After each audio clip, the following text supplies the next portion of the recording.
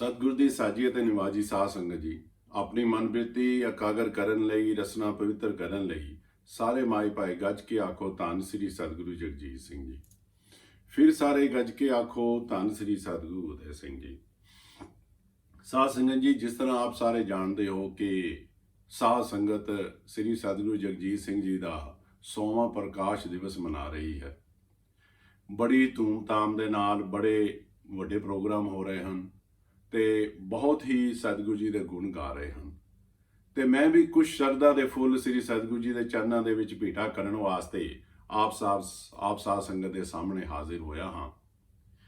ਮੇਰੇ ਸਤਿਗੁਰੂ ਜੀ ਦਾ ਬਚਪਨ ਦਾ ਪਿਆਰਾ ਨਾਮ ਬੇਅੰਤ ਸੀ। ਉਹਨਾਂ ਦੇ ਗੁਣ ਵੀ ਬੇਅੰਤ ਸਨ, ਉਹਨਾਂ ਦੀ ਮਹਿਮਾ ਵੀ ਬੇਅੰਤ ਸੀ ਔਰ ਬੇਅੰਤ ਹੀ ਬੇਅੰਤ ਉਸ ਨੂੰ ਕਿਹਾ ਜਾਂਦਾ ਹੈ ਜਿਸ ਦਾ ਕੋਈ ਅੰਤ ਨਾ ਹੋਵੇ। ਸੋ ਇਸ ਤਰ੍ਹਾਂ ਜਿਸ ਤਰ੍ਹਾਂ ਇੱਕ ਸਵਈਆ ਵਿਚਿੱਤਰ ਨਾਟਕ ਦੇ ਵਿੱਚ ਸ੍ਰੀ ਗੁਰੂ ਗੋਬਿੰਦ ਸਿੰਘ ਜੀ ਨੇ ਫਰਮਾਇਆ ਹੈ ਕਿ ਕਾਗਦ ਦੀਪ ਸਭੈ ਕਰਕੇ ਅਰ ਸਾਤ ਸਮੁੰਦਰਨ ਕੀ ਮਜ਼ ਕਹਿ ਹੋ, ਕਾਟ ਬਨਾਸਪਤੀ ਸਗਰੀ ਲਿਖਬੇ ਹੂੰ ਕੋ, ਲੇਖਨ ਕਾਜ ਬਨੈ ਹੋ ਸਾਰ ਸੁਤੀ ਬਖਤਾ ਕਰਕੇ, जुग कोट गणेश के हाथ लिखै हो, काल कृपान बिना बिनती ना ताओ तुमको, प्रभ नैक रजाय हो। ਭਾਵ ਇਹ ਕਿ ਸਤਿਗੁਰੂ ਜੀ ਫਰਮਾਉਂਦੇ ਹਨ ਕਿ ਕਾਗਦ ਦੀਪ ਜਾਣੀ ਕਿ ਦੀਪ ਦਾ ਭਾਵ ਹੁੰਦਾ ਹੈ ਕੌਂਟੀਨੈਂਟ, ਜਿੱਦਾਂ ਅਫਰੀਕਾ, ਅਮਰੀਕਾ, ਇਹ ਸਾਰੀਆਂ ਕੌਂਟੀਨੈਂਟਸ ਹਨ। ਸਤਿਗੁਰੂ ਜੀ ਕਹਿੰਦੇ ਹਨ ਕਿ ਇਹ ਸਾਰੀ ਕੌਂਟੀਨੈਂਟਸ ਦਾ ਮੈਂ ਕਾਗਜ਼ ਬਣਾ ਲਵਾਂ ਤੇ ਇਹਨਾਂ ਦੇ ਉੱਪਰ ਜਿੰਨੀ ਵੀ ਬਨਾਸਪਤੀ ਹੈ ਉਸ ਨੂੰ ਮੈਂ ਕੱਟ ਕੇ ਉਹਨਾਂ ਦੀਆਂ ਕਲਮਾਂ, ਉਹਨਾਂ ਦੇ ਪੈਨ ਬਣਾ ਲਵਾਂ ਤੇ ਜਿੰਨੇ ਵੀ ਇਹ ਸਮੁੰਦਰ ਹਨ, 7 ਸਮੁੰਦਰਨ, 7 ਸੀਜ਼ ਜਾਂ ਓਸ਼ਨਸ, ਇਹ ਜਿੰਨੇ ਵੀ ਹਨ, ਇਹਨਾਂ ਸਾਰਿਆਂ ਦਾ ਹੀ ਮੈਂ ਸ਼ਾਹੀ ਬਣਾ ਦਿਆਂ, ਜਾਣੀ ਕਿ ਇੰਕ ਬਣਾ ਦਿਆਂ ਔਰ ਮਹਿਮਾ ਕਰਨ ਵਾਸਤੇ ਮੈਂ ਮਾਤਾ ਸਰਸਵਤੀ ਨੂੰ ਆਖਾਂ ਤੇ ਲਿਖਣ ਵਾਸਤੇ ਜਾਣੀ ਕਿ ਕਰੋੜਾਂ ਯੁੱਗ ਵਾਸਤੇ ਜਿਹੜੇ ਗਣੇਸ਼ ਜੀ ਹਨ ਉਹਨਾਂ ਨੂੰ ਮੈਂ ਕਹਾਂਗਾ ਤੁਸੀਂ ਲਿਖੋ ਇਹਨਾਂ ਦੇ ਗੁਣ। ਤਾਂ ਵੀ ਕਹਿੰਦੇ ਕਿ ਮੈਂ ਸਿਰਫ ਬੇਨਤੀ ਹੀ ਕਰ ਸਕਦਾ ਹਾਂ, ਮੈਂ ਗੁਣ ਨਹੀਂ ਗਾ ਸਕਦਾ ਉਸ ਅਕਾਲ ਪੁਰਖ ਦੇ, ਤੇ ਇਸ ਤਰ੍ਹਾਂ ਮੈਂ ਗੁਣ ਗਾ ਕੇ ਤੁਹਾਨੂੰ ਪ੍ਰਸੰਨ ਨਹੀਂ ਕਰ ਸਕਦਾ, ਰਿਝਾ ਨਹੀਂ ਸਕਦਾ, ਕਿਉਂਕਿ ਉਸਦੇ ਗੁਣ ਬਹੁਤ ਹਨ ਤੇ ਮੈਂ ਇੱਕ ਅਲਪਗ ਜੀਵ ਕੀ ਮਹਿਮਾ ਗਾ ਸਕਦਾ ਹਾਂ। ਇੱਕ ਪ੍ਰਮਾਣ ਪਿਤਾ ਜੀ ਦਿੰਦੇ ਹੁੰਦੇ ਸਨ, ਜਦੋਂ ਵੀ ਕਿਤੇ ਸ੍ਰੀ ਸਤਿਗੁਰੂ ਜਗਜੀਤ ਸਿੰਘ ਦੀ ਮਹਿਮਾ ਉਹ ਗਾਉਂਦੇ ਹੁੰਦੇ ਸਨ ਤੇ ਉਹ ਪ੍ਰਮਾਣ ਮੈਨੂੰ ਵੀ ਬੜਾ ਪਿਆਰਾ ਲੱਗਦਾ ਹੈ ਤੇ ਉਹ ਆਖਦੇ ਹੁੰਦੇ ਸਨ ਕਿ ਇੱਕ ਹੀ ਸਰੀਰ ਕੇ ਹੋਵਾਂ ਜੇ ਕਰੋੜ ਬੱਪ, 7-7 ਕਰੋੜ ਰੋਮ ਸਭੀ ਸਰੀਰ ਕੇ, ਇੱਕ ਰੋਮ ਪਰ ਸੀਸ ਹੋਵੇ ਕੋਟ ਕੋਟ ਸੀਸ ਪਰ ਕਰੂ ਮੁਖ ਚੀਰ ਕੇ, ਇੱਕ ਮੁਖ में जेवा होवे कोट जेवा ना रारू, गुण असीर के कहे गुरदास पल्ला तौ भी अजान मत, कह ना सकूं गुर सतगुर शरीर के। भाव कि एक शरीर दे मैं करोड़ शरीर बन जावां ਤੇ ਇੱਕ ਸਰੀਰ ਦੇ ਉੱਪਰ ਜੋ ਰੋਮ ਹਨ ਉਹ 7-7 ਕਰੋੜ ਹਨ ਤੇ ਇੱਕ ਰੋਮ ਦੇ ਉੱਪਰ ਕਰੋੜ ਮੇਰੇ ਸੀਸ ਬਣ ਜਾਣ ਤੇ ਉਹਨਾਂ ਦੇ ਅੰਦਰ ਜਿਹੜੇ ਮੁਖ ਹੋਣ ਉਹਨਾਂ ਦੇ ਵਿੱਚ ਕਰੋੜ ਜੇਬਾਂ ਵੀ ਬਣ ਜਾਣ ਤੇ ਉਹ ਕਰੋੜ ਜੀਬਾਂ ਦੇ ਨਾਲ ਮੈਂ ਉਸ ਸਤਿਗੁਰ ਦੇ ਗੁਣ ਗਾਵਾਂ ਤਾਂ ਵੀ ਅਜਾਨ ਮਤ, ਕਹਿ ਨਾ ਸਕੂੰ ਗੁਣ ਸਤਿਗੁਰ ਸ਼ਰੀਰ ਕੇ। ਫਿਰ ਵੀ ਮੈਂ ਉਸ ਸਤਿਗੁਰ ਨੂੰ ਬਾਰੇ ਕੁਝ ਨਹੀਂ ਕਹਿ ਸਕਦਾ। ਸਿਰਫ ਜਿੰਨੀ ਕਿ ਮੱਤ ਸਤਿਗੁਰੂ ਜੀ ਦਿੰਦੇ ਹਨ ਓਨਾ ਹੀ ਮੈਂ ਆਪ ਜੀ ਦੇ ਸਾਹਮਣੇ ਕਹਿ ਸਕਦਾ ਹਾਂ। ਜਿੱਦਾਂ ਬਾਣੀ ਜੀ ਸੱਚੇ ਪਾਤਸ਼ਾਹ ਫਰਮਾਉਂਦੇ ਹਨ ਕਿ ਕਿਆ ਹੂੰ ਕਥੀ ਕਥੇ ਕਥ ਦੇਖਾਂ, ਮੈਂ ਅਕਥ ਨਾ ਕਥਨਾ ਜਾਈ, ਜੋ ਤੁਝ ਪਾਵੇ ਸੋਈ ਆਖਾਂ, ਤਿਲ ਤੇਰੀ ਵਡਿਆਈ।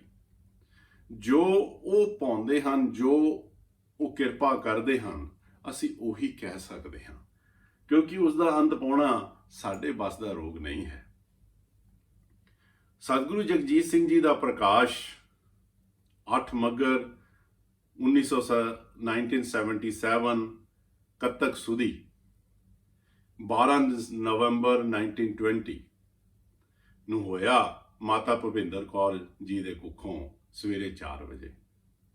ਔਰ ਸਾਰੇ ਪਾਸੇ ਇੱਕ ਖੁਸ਼ੀਆਂ ਦੀ ਲਹਿਰ ਦੌੜ ਗਈ ਤੇ ਸਾਰੇ ਪਾਸੇ ਬੇਅੰਤ ਬੇਅੰਤ ਬੇਅੰਤ ਕਿਤੇ ਬੋਲੇ ਸੁਣਨ ਲੱਗੇ ਤੇ ਬਚਪਨ ਤੋਂ ਸਤਿਗੁਰੂ ਜੀ ਦਾ ਨਾਮ ਹੀ ਬੇਅੰਤ ਪੈ ਗਿਆ ਤੇ ਪਤਾ ਨਹੀਂ ਕਿੰਨੇ ਮਣ ਗੁੜ, ਸ਼ਾਇਦ ਮੈਨੂੰ ਲੱਗਦਾ 100 ਮਣ ਲਿਖਿਆ ਹੈ ਕਿ ਗੁੜ ਮਾਤਾ ਜੀ ਨੇ, ਮਾਤਾ ਜੀਵਨ ਕੌਰ ਜੀ ਨੇ ਸਾਰਿਆਂ ਨੂੰ ਵਰਤਾਇਆ ਖੁਸ਼ੀ ਦੇ ਵਿੱਚ ਆ ਕੇ। ਸਤਿਗੁਰੂ ਜੀ ਨੇ ਕਿੰਨੇ ਉਪਕਾਰ ਕੀਤੇ ਹਨ, ਕਿੰਨੇ ਕੌਤਕ ਕਿੰਨੇ ਹਨ, ਬਹੁਤ ਹੈ।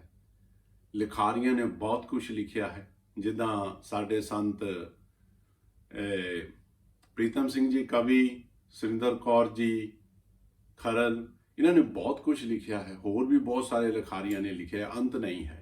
ਜਦੋਂ ਪੜ੍ਹੀਦਾ ਹੈ, ਪੜ੍ਹ ਕੇ ਹੈਰਾਨ ਹੋਈਦਾ ਹੈ ਕਿ ਮੇਰੇ ਸਤਿਗੁਰ ਨੇ ਕਿੰਨੇ ਮਹੱਤਵਪੂਰਨ ਕਾਰਜ ਕੀਤੇ ਹਨ, ਅੰਤ ਨਹੀਂ ਹੈ। ਤੇ ਜਿਸ ਤਰ੍ਹਾਂ ਕਿ ਸ਼ੁੱਧ ਆਹਾਰ, ਸਮਾਜਿਕ, ਧਾਰਮਿਕ, ਭਾਈਚਾਰਾ, ਸੰਗੀਤ, ਪੜ੍ਹਾਈ, ਫਿਰ ਨੌਜਵਾਨਾਂ ਦਾ ਸੰਗਠਨ, ਖੇਡਾਂ, ਉਹ ਜਾਣੀ ਕਿ ਜਿਹੜੀ ਲਿਸਟ ਹੈ ਨਾ, ਉਹ ਖਤਮ ਨਹੀਂ ਹੋ ਰਹੀ। ਇੰਨਾ ਸੱਚੇ ਪਾਤਸ਼ਾਹ ਨੇ ਕਿਰਪਾ ਕੀਤੀ ਹੈ।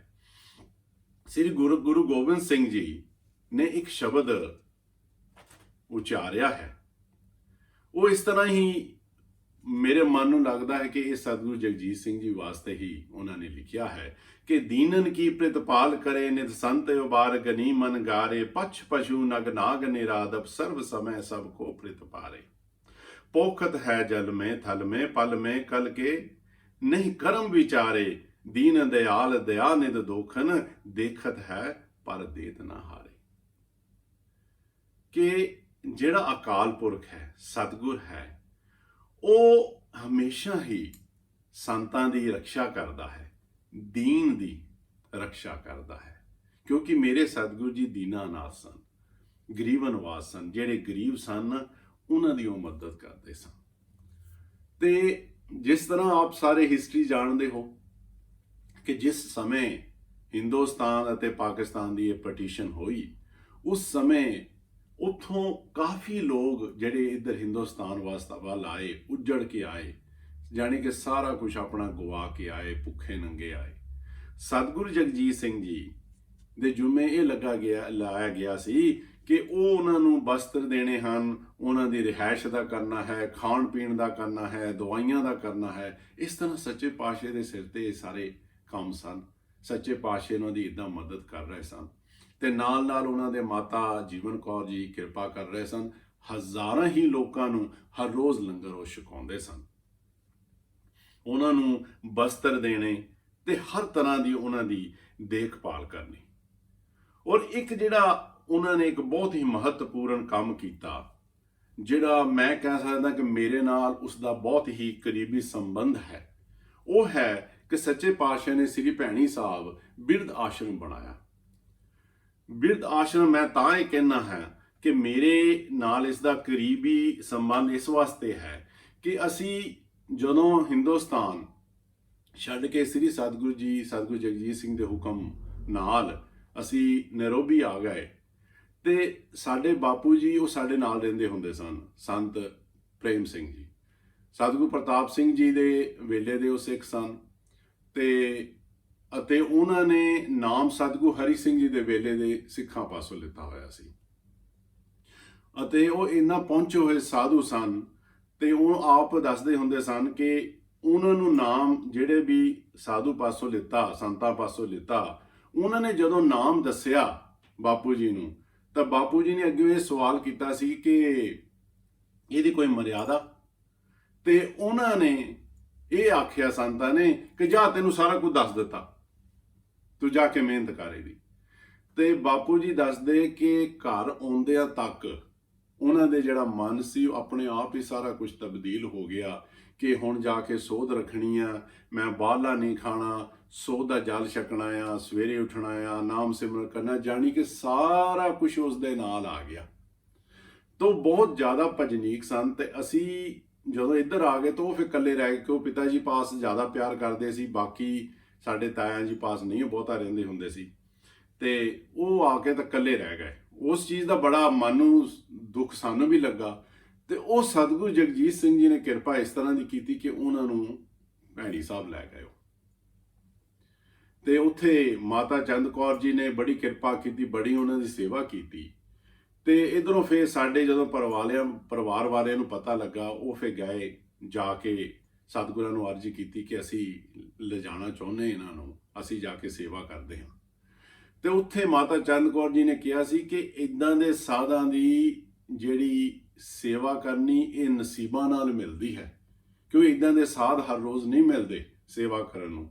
ਸੋ ਤਾਂ ਕਰਕੇ ਮੇਰਾ ਬੜਾ ਕਰੀਬ ਦਾ ਇਹ ਸੰਬੰਧ ਹੈ ਕਿ ਸਤਿਗੁਰੂ ਜੀ ਨੇ ਬੜੀ ਕਿਰਪਾ ਕੀਤੀ, ਕਿਉਂਕਿ ਇਸ ਵੇਲੇ ਦਾ ਜਿਹੜਾ ਮਾਹੌਲ ਹੈ ਦੁਨੀਆ ਦੇ ਅੰਦਰ, ਜਿਹੜੀ ਇਹ ਨਵੀਂ ਰੋਸ਼ਨੀ ਦਾ ਕੰਮ ਚੱਲ ਰਿਹਾ ਹੈ, ਬਜ਼ੁਰਗਾਂ ਦੀ ਦੇਖਭਾਲ ਨਹੀਂ ਹੋ ਰਹੀ। ਕਿਉਂਕਿ ਇਹ ਨਵੀਂ ਰੋਸ਼ਨੀ ਦੇ ਜਿਹੜੇ ਲੋਕ ਹਨ, ਉਹਨਾਂ ਨੂੰ ਆਪਣੀ ਆਜ਼ਾਦੀ ਚਾਹੀਦੀ ਹੈ। ਉਹ ਮਾਂ-ਬਾਪ ਨੂੰ ਥੋੜੇ ਦਿਨ ਵੀ ਆਪਣੇ ਪਾਸ ਨਹੀਂ ਰੱਖ ਸਕਦੇ, ਔਰ ਇੱਥੇ ਤੱਕ ਜੇ ਥੋੜੇ ਦਿਨ ਰੱਖ ਵੀ ਲੈਣੇ ਹਨ ਤਾਂ ਨਾ ਫਿਰ ਭਾਈ ਜਾਂ ਭਰਾ ਨੂੰ ਕਿਸੇ ਨੂੰ ਆਖਦੇ ਹਨ ਕਿ ਇਦਾਂ ਕਰ ਕੁਝ ਦਿਨਾਂ ਵਾਸਤੇ ਤੂੰ ਲੈ ਜਾ। ਇਸ ਤਰ੍ਹਾਂ ਦੀ ਸਾਡੀ ਇਹ ਦੁਨੀਆ ਦੀ ਬਣਤਰ ਬਣੀ ਹੋਈ ਹੈ। ਤੇ ਉਹ ਬੜੀ ਕਿਰਪਾ ਕੀਤੀ ਸਤਿਗੁਰੂ ਜੀ ਨੇ। ਉਹ ਜਿਹੜੇ ਬਜ਼ੁਰਗ ਵਿਚਾਰੇ ਜਿਨ੍ਹਾਂ ਨੂੰ ਉਹ ਲੋਕ ਬਾਹਰ ਕੱਢ ਦਿੰਦੇ ਸਨ, ਉਹਨਾਂ ਨੂੰ ਸੱਚੇ ਪਾਤਸ਼ਾਹ ਜੀ ਨੇ ਕਿਰਪਾ ਕਰਕੇ ਉੱਥੇ ਭੈਣੀ ਸਾਹਿਬ ਆਸ਼ਰਮ ਬਣਾ ਕੇ ਉੱਥੇ ਉਹਨਾਂ ਨੂੰ ਰੱਖਿਆ। ਜਦੋਂ ਸਮਾਂ ਮਿਲਦਾ ਸਤਿਗੁਰੂ ਜੀ ਨੂੰ ਉਹਨਾਂ ਪਾਸ ਜਾਂਦੇ, ਉਹਨਾਂ ਨਾਲ ਬਚਨ ਕਰਦੇ, ਉਹਨਾਂ ਦਾ ਹਾਲ ਚਾਲ ਪੁੱਛਦੇ, ਤੇ ਸ੍ਰੀ ਸਤਿਗੁਰੂ ਪ੍ਰਤਾਪ ਸਿੰਘ ਦੇ ਬਚਨ ਉਹਨਾਂ ਪਾਸੋਂ ਸੁਣਦੇ।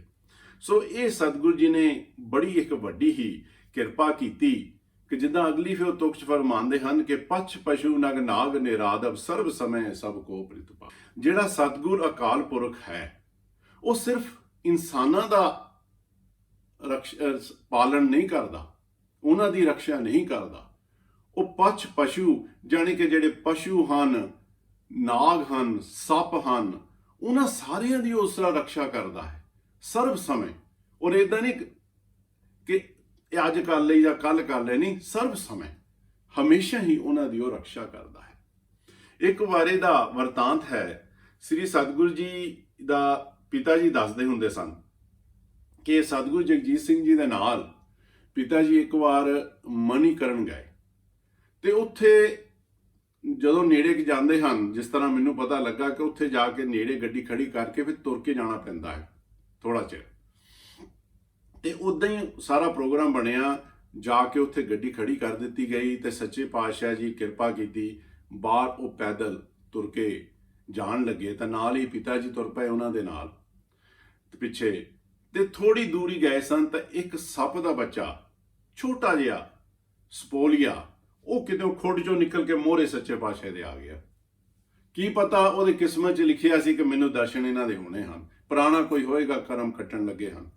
ਤੇ ਉਹ ਮੋਹਰੇ ਆ ਗਿਆ ਤਾਂ ਸੱਚੇ ਪਾਤਸ਼ਾਹ ਜੀ ਇੱਕ ਤੀਲਾ ਚੱਕ ਕੇ ਉਹਨੂੰ ਹਿਲਾਉਣ ਲੱਗ ਪਏ। ਉਹਨੂੰ ਹਿਲਾਉਂਦੇ ਰਹੇ, ਕਦੀ ਇੱਧਰ ਜਾਂਦਾ ਉੱਧਰ ਜਾਂਦਾ, ਜਿੰਨਾ ਚਿਰ ਉਹ ਇੱਕ ਖੁੱਡ 'ਚ ਨਾ ਵੜ ਗਿਆ ਉਹਨਾਂ ਚਿਰ ਸੱਚੇ ਪਾਤਸ਼ਾਹ ਜੀ ਉਹਨੂੰ ਹਿਲਾਉਂਦੇ ਰਹੇ। ਤੇ ਫਿਰ ਪਿਤਾ ਜੀ ਵੱਲ ਦੇਖਿਆ, ਉਹ ਫਿਰ ਮਨ 'ਚ ਸਵਾਲ, ਤਾਂ ਉਹਨਾਂ ਨੂੰ ਪਤਾ ਅੰਤਰਜਾਮੀ ਹੁੰਦੇ ਆ, ਤਾਂ ਮਨ ਦਾ ਸਵਾਲ ਪਿਤਾ ਜੀ ਦਾ ਸਮਝ ਕੇ ਤਾਂ ਆਖਣ ਲੱਗੇ ਕਿ ਦਿਆਲ ਜੇ ਮੈਨੂੰ ਨਾ ਇਦਾਂ ਕਰਦਾ, ਇਸ ਨੂੰ ਕਿਸੇ ਨੇ ਮਾਰ ਦੇਣਾ ਸੀ। ਉਹ ਧੰਨ ਹੈ ਮੇਰਾ ਸਤਿਗੁਰੂ ਜਗਜੀਤ ਸਿੰਘ। ਸਾਧ ਸੰਗਤ ਜੀ, ਸਾਡੇ ਪਾਸ ਅਸੀਂ ਤੇ ਇਨਸਾਨ ਨੂੰ ਇਨਸਾਨ ਨਹੀਂ ਸਮਝਦੇ, ਖਾਸ ਤੌਰ ਤੇ ਜਿਹੜੇ ਗਰੀਬ ਹਨ, ਦੀਨ ਹਨ, ਅਸੀਂ ਤਾਂ ਉਹਨਾਂ ਨੂੰ ਇਨਸਾਨ ਨਹੀਂ ਸਮਝਦੇ, ਉਹਨਾਂ ਦੀ ਮਜ਼ਾਕ ਉਡਾਉਂਦੇ ਹਾਂ। ਪਰ ਮੇਰਾ ਸਤਿਗੁਰ ਧੰਨ ਹੈ, ਉਹ ਸੱਪਾਂ ਦੀ ਵੀ ਰੱਖਿਆ ਕਰਦਾ ਹੈ, ਸੱਪਾਂ ਦੀ ਵੀ ਉਹ ਪਾਲਣਾ ਕਰਦਾ ਹੈ। ਫਿਰ ਉਸ ਤੋਂ ਬਾਅਦ ਸਤਿਗੁਰੂ ਜੀ ਕਿਸ ਤਰ੍ਹਾਂ ਗਊਆਂ ਦੀ ਰੱਖਿਆ ਕਰਦੇ ਹਨ, ਤੇ ਉਹੀ ਪਰੰਪਰਾ ਜਿਹੜੀ ਸਤਿਗੁਰੂ ਪ੍ਰਤਾਪ ਸਿੰਘ ਜੀ ਨੇ ਆਰੰਭੀ ਸੀ, ਜਿਸ ਕਰਕੇ ਗੋਪਾਲ ਰਤਨ ਅਵਾਰਡ ਵੀ ਮਿਲਿਆ। ਤੇ ਉਹ ਇਸੇ ਤਰ੍ਹਾਂ ਹੀ ਗਊਆਂ ਦੀ ਰੱਖਿਆ ਕਰਦੇ, ਉਹਨਾਂ ਦੀ ਸੇਵਾ ਕਰਦੇ, ਕਿਉਂਕਿ ਇਹ ਗੁੜਤੀ ਜਿਹੜੀ ਹੈ ਗਊਆਂ ਦੀ ਸੇਵਾ ਕਰਨੀ ਜਾਂ ਰਕਸ਼ਾ ਕਰਨੀ, ਇਹ ਤਾਂ ਸਾਨੂੰ ਪੁਰਾਣੇ ਗੁਰੂਆਂ ਕੋਲੋਂ ਹੀ ਗੁਰਤੀ ਮਿਲੀ ਹੋਈ ਹੈ। ਸੋ ਸੱਚੇ ਪਾਤਸ਼ਾਹ ਜੀ ਵੀ, ਸਤਿਗੁਰੂ ਜਗਜੀਤ ਸਿੰਘ ਜੀ ਗਊਆਂ ਦੀ ਦੇਖਭਾਲ ਕਰਦੇ, ਉਹਨਾਂ ਦੀ ਸੰਭਾਲਣਾ ਕਰਦੇ। ਤੇ ਸਤਿਗੁਰੂ ਜੀ ਨੂੰ ਖੁੱਲੇ ਜਾਨਵਰ ਦੇਖਣ ਦਾ ਬੜਾ ਸ਼ੌਕ ਸੀ।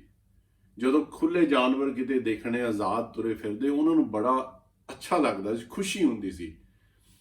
ਜਾਣੀ ਕਿ ਪਿੰਜਰਿਆਂ ਦੇ ਵਿੱਚ ਨਹੀਂ ਸੀ ਉਹ ਜਾਨਵਰਾਂ ਨੂੰ ਦੇਖਣਾ ਪਸੰਦ ਕਰਦੇ, ਖੁੱਲੇ ਜਾਨਵਰ ਦੇਖੇ ਉਹਨਾਂ ਦਾ ਦਿਲ ਬੜਾ ਖੁਸ਼ ਹੁੰਦਾ। ਤੇ ਜਦੋਂ ਵੀ ਨਰੋਬੀ ਦਰਸ਼ਨ ਦਿੰਦੇ, ਆਮ ਤੌਰ ਤੇ ਸੱਚੇ ਪਾਤਸ਼ਾਹ ਜੀ ਨੈਸ਼ਨਲ ਪਾਰਕ ਜਾਨਵਰ ਦੇਖਣ ਜਾਂਦੇ, ਅਤੇ ਸਾਨੂੰ ਵੀ ਕਈ ਵਾਰ ਮੌਕਾ ਮਿਲ ਜਾਂਦਾ ਉਹਨਾਂ ਦੇ ਨਾਲ ਜਾਣ ਦਾ। ਇਸੇ ਤਰ੍ਹਾਂ ਦਾ ਇੱਕ ਵਾਕਿਆ ਮੇਰੇ ਸਾਹਮਣੇ ਆਇਆ ਸੱਚੇ ਪਾਤਸ਼ਾਹ ਜੀ ਦਾ, ਜਿਹੜਾ ਮੇਰੇ ਨਾਲ ਵਾਪਰਿਆ। ਇਹ ਗੱਲ ਹੋਊਗੀ ਕਰੀਬਨ ਆਪਣੇ 80s ਦੇ ਕਰੀਬ ਦੀ ਹੋਏਗੀ ਗੱਲ। ਤੇ ਸੱਚੇ ਪਾਤਸ਼ਾਹ ਜੀ ਦਰਸ਼ਨ ਦਿੱਤੇ ਨਰੋਬੀ। ਤੇ ਉਸ ਸਾਲ ਆਪਣੇ ਕੁੱਲਾ ਜੀ ਪਹਿਲੀ ਵਾਰੀ ਆਏ ਸੀਗੇ ਨੈਰੋਬੀ, ਤੇ ਸੰਤ ਖਜਾਨ ਸਿੰਘ ਜੀ ਦੇ ਨਾਲ। ਤੇ ਇਹਨਾਂ ਦਾ ਡੇਰਾ ਸੰਤ ਖਜਾਨ ਸਿੰਘ ਜੀ ਦਾ ਤਾਂ ਕੁੱਲਾ ਜੀ ਦਾ ਸਾਡੇ ਕਰੀਬਨ ਜਿੱਥੇ ਅਸੀਂ ਰਹਿੰਦੇ ਸੀ ਉਹ ਤੇ ਸਾਹਮਣੇ ਹੀ ਸੀ ਕਰੀਬਨ, ਤੇ ਮੇਰਾ ਜ਼ਿਆਦਾ ਸਮਾਂ ਉਹਨਾਂ ਦੇ ਨਾਲ ਹੀ ਬਤੀਤ ਹੁੰਦਾ। ਤੇ ਦੂਜੀ ਗੱਲ ਇਹ ਵੀ ਸੀ ਕਿ ਪਿਤਾ ਜੀ ਕੁੱਲੇ ਭਾਜੀ ਨਾਲ ਬਹੁਤ ਪਿਆਰ ਕਰਦੇ ਹੁੰਦੇ ਸੀ। ਉਹ ਕਹਿੰਦੇ ਹੁੰਦੇ ਸੀ ਕਿ ਮੇਰੇ ਉਸਤਾਦ ਜੀ ਦਾ ਪੁੱਤਰ ਹੈ, ਕਿਉਂਕਿ ਉਹ ਸੰਤ ਦਰਸ਼ਨ ਸਿੰਘ ਜੀ ਨੂੰ ਆਪਣਾ ਉਸਤਾਦ ਮੰਨਦੇ ਸਨ। ਉਸ ਗੱਲ ਕਰਕੇ ਕਾਫੀ ਨੇੜ ਹੋ ਗਿਆ ਸਾਡਾ ਉਹਨਾਂ ਦੇ ਨਾਲ। ਕਰੀਬਨ ਸਵੇਰੇ ਸ਼ਾਮ ਉਹਨਾਂ ਨਾਲ ਹੀ ਰਹਿਣਾ, ਪ੍ਰਸ਼ਾਦਾ ਵੀ ਇੱਧਰ ਹੀ ਛਕਣਾ, ਤਾਂ ਕਾਫੀ ਨੇੜ ਹੋ ਗਿਆ। ਇੱਕ ਪ੍ਰੋਗਰਾਮ ਬਣਿਆ ਸਤਿਗੁਰੂ ਜੀ ਦਾ ਉਸ ਸਮੇਂ ਕਿ ਸੱਚੇ ਪਾਤਸ਼ਾਹ ਜੀ ਨੇ ਟਜ਼ਾਵੋ ਨੈਸ਼ਨਲ ਪਾਰਕ ਜਾਣਾ ਹੈ। ਇਹ ਕੀਨੀਆ ਦਾ ਸਾਰਿਆਂ ਨਾਲੋਂ ਵੱਡਾ ਗੇਮ ਪਾਰਕ ਹੈ, ਨੈਸ਼ਨਲ ਪਾਰਕ, ਔਰ ਉੱਥੇ ਬਹੁਤ ਖੁੱਲੇ ਜਾਨਵਰ, ਜਾਣੀ ਕਿ 100 ਦੇ ਹਿਸਾਬ ਦੇ ਨਾਲ ਹੰਡਰਡਸ ਆਫ, ਜਾਣੀ ਕਿ ਐਲੀਫੈਂਟਸ ਤਾਂ ਆਪਣੇ ਪਤਾ ਨਹੀਂ 20-30 ਸ਼ੇਰ ਇਦਾਂ ਤੁਰੇ ਫਿਰਦੇ ਹਨ ਉੱਥੇ ਖੁੱਲੇ।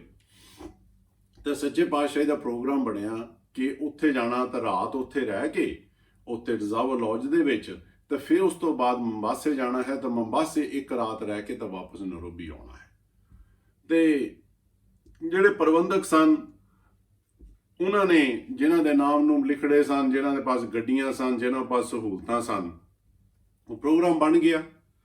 ਤੇ ਸਵੇਰੇ ਜਿੱਦਣ ਜਾਣਾ ਸੀਗਾ, ਸਵੇਰੇ ਆਸਾ ਦੀ ਵਾਰ ਤੋਂ ਬਾਅਦ ਮੈਂ ਜਿੱਦਾਂ ਬਣਿਆ ਸੀ ਕੰਮ, ਸੰਤਾਂ ਪਾਸ ਚਲ ਗਿਆ। ਸੰਤ ਖਜਾਨ ਸਿੰਘ ਜੀ ਹੁਣਾਂ ਪਾਸ ਉਹ ਸਮਾਨ ਸਮੂਨ ਬਣ ਰਹੇ ਸਨ। ਤੇ ਸੰਤ ਕਹਿਣ ਲੱਗੇ ਕਿ ਗੁਰਦੇਵ ਤੂੰ ਵੀ ਨਾਲ ਚੱਲ ਸਾਡੇ। ਮੈਂ ਕਿਹਾ ਸਾਂਝੀ, ਮੈਂ ਕਿਹਾ ਇਹ ਕੰਮ ਹੈ ਮਾਇਆ ਦੀ ਗੱਲ ਦੀ ਹੈ, ਮੇਰੇ ਪਾਸ ਨਾ, ਮੈਂ ਕਿਹਾ ਨਾ ਗੱਡੀ ਤਾਂ ਨਾ ਪੈਸੇ, ਤਾਂ ਮੈਂ ਕਿਹਾ ਮੈਂ ਕਿੱਦਾਂ ਜਾ ਸਕਦਾ। ਤਾਂ ਪਿਤਾ ਜੀ ਤਾਂ ਉੱਥੇ ਵੀ ਦਿਹਾੜੀਦਾਰ ਰਹੇ, ਦੂਸਰਾ ਇੰਡੀਆ ਵੀ, ਤੇ ਨਰੋਬੀ ਵੀ ਦਿਹਾੜੀ ਰਹੇ, ਤਾਂ ਉਹ ਸਾਰੀ ਉਮਰ ਸੰਘਰਸ਼ ਹੀ ਕਰਦੇ ਰਹੇ। ਤਾਂ ਮੈਂ ਵੀ ਉਸੇ ਸ਼੍ਰੇਣੀ 'ਚ ਹੈਗਾ, ਹੁਣ ਤੱਕ ਮੈਂ ਵੀ ਸੰਘਰਸ਼ ਹੀ ਕਰਦਾ। ਤੇ ਸੰਤ ਕਹਿਣ ਲੱਗੇ, ਸੰਤ ਖਜਾਨ ਸਿੰਘ ਜੀ, ਕਿ ਜਿੱਦਾਂ ਵੀ ਮਰਜ਼ੀ ਆ ਗੁਰਦੇਵ, ਅਸੀਂ ਤੇਰੇ ਤੋਂ ਬਗੈਰ ਨਹੀਂ ਜਾਣਾ। ਤੇ ਅਸੀਂ ਇੱਦਾਂ ਹੀ ਗੱਲਾਂ ਬਾਤਾਂ ਕਰਦੇ ਸੀ। ਤੇ ਸੰਤ ਦਰਸ਼ਨ ਸਿੰਘ ਜੀ, ਆਪਣੇ ਸੂਬਾ ਦਰਸ਼ਨ ਸਿੰਘ ਜੀ, ਇਹਨਾਂ ਨੇ ਆ ਕੇ ਦਰਸ਼ਨ ਦੇ ਦਿੱਤੇ ਆਏ ਲੈਣ ਵਾਸਤੇ ਇਹਨਾਂ ਨੂੰ, ਕੁੱਲੇ ਜੀ ਨੂੰ ਤਾਂ ਸੰਤ ਖਜਾਨ ਸਿੰਘ ਜੀ ਨੂੰ। ਤਾਂ ਸੰਤਾਂ ਨੇ ਅੱਗਿਓਂ ਸੰਤ ਖਜਾਨ ਸਿੰਘ ਜੀ ਕਹਿਣ ਲੱਗੇ ਕਿ ਸੂਬਾ ਜੀ ਅਸੀਂ ਗੁਰਦੇਵ ਨੂੰ ਨਾਲ ਲੈ ਕੇ ਜਾਣਾ। ਤਾਂ ਸੂਬਾ ਜੀ ਮੁਸਕਰਾ ਕੇ ਆਖਣ ਲੱਗੇ ਕਿ ਸੂਬਾ ਸਰਸਾਂਜੀ ਹੁਣ ਤਾਂ ਬਹੁਤ ਦੇਰ ਹੋ ਗਈ ਹੈ, ਕਿਉਂਕਿ ਪ੍ਰੋਗਰਾਮ ਬਣ ਚੁੱਕਾ, ਸੀਟਾਂ ਸਾਰੀਆਂ ਬੁੱਕ ਹੋ ਗਈਆਂ, ਤੇ ਹੁਣ ਤਾਂ ਨਹੀਂ ਗੱਲ ਬਣ ਸਕਣੀ। ਤੇ ਆਪ ਜੀ ਨੂੰ ਪਤਾ ਹੀ ਹੈ ਕਿ ਸੰਤ ਖਜਾਨ ਸਿੰਘ ਜੀ ਦਾ ਬਹੁਤ ਹਾਸੇ ਮਖੌਲ ਦੀ ਉਹਨਾਂ ਦੀ ਆਦਤ ਹੁੰਦੀ ਸੀ। ਤੇ ਇੱਦਾਂ ਹੀ ਬਚਨ ਕੀਤਾ, ਕਹਿੰਦੇ ਇੱਦਾਂ ਕਰੋ ਸੂਬਾ ਜੀ, ਤੁਸੀਂ ਤਬਲਾ ਜੋੜੀ ਸਾਡੀ ਲੈ ਜਾਓ, ਤਾਂ ਆਪੇ ਜਾ ਕੇ ਉਹਦੇ ਸਾਜ਼ ਵਜਾ ਕੇ ਕੀਰਤਨ ਕਰ ਲਈਓ, ਅਸੀਂ ਤਾਂ ਗੁਰਦੇਵ ਤੋਂ ਬਗੈਰ ਨਹੀਂ ਜਾਂਦੇ।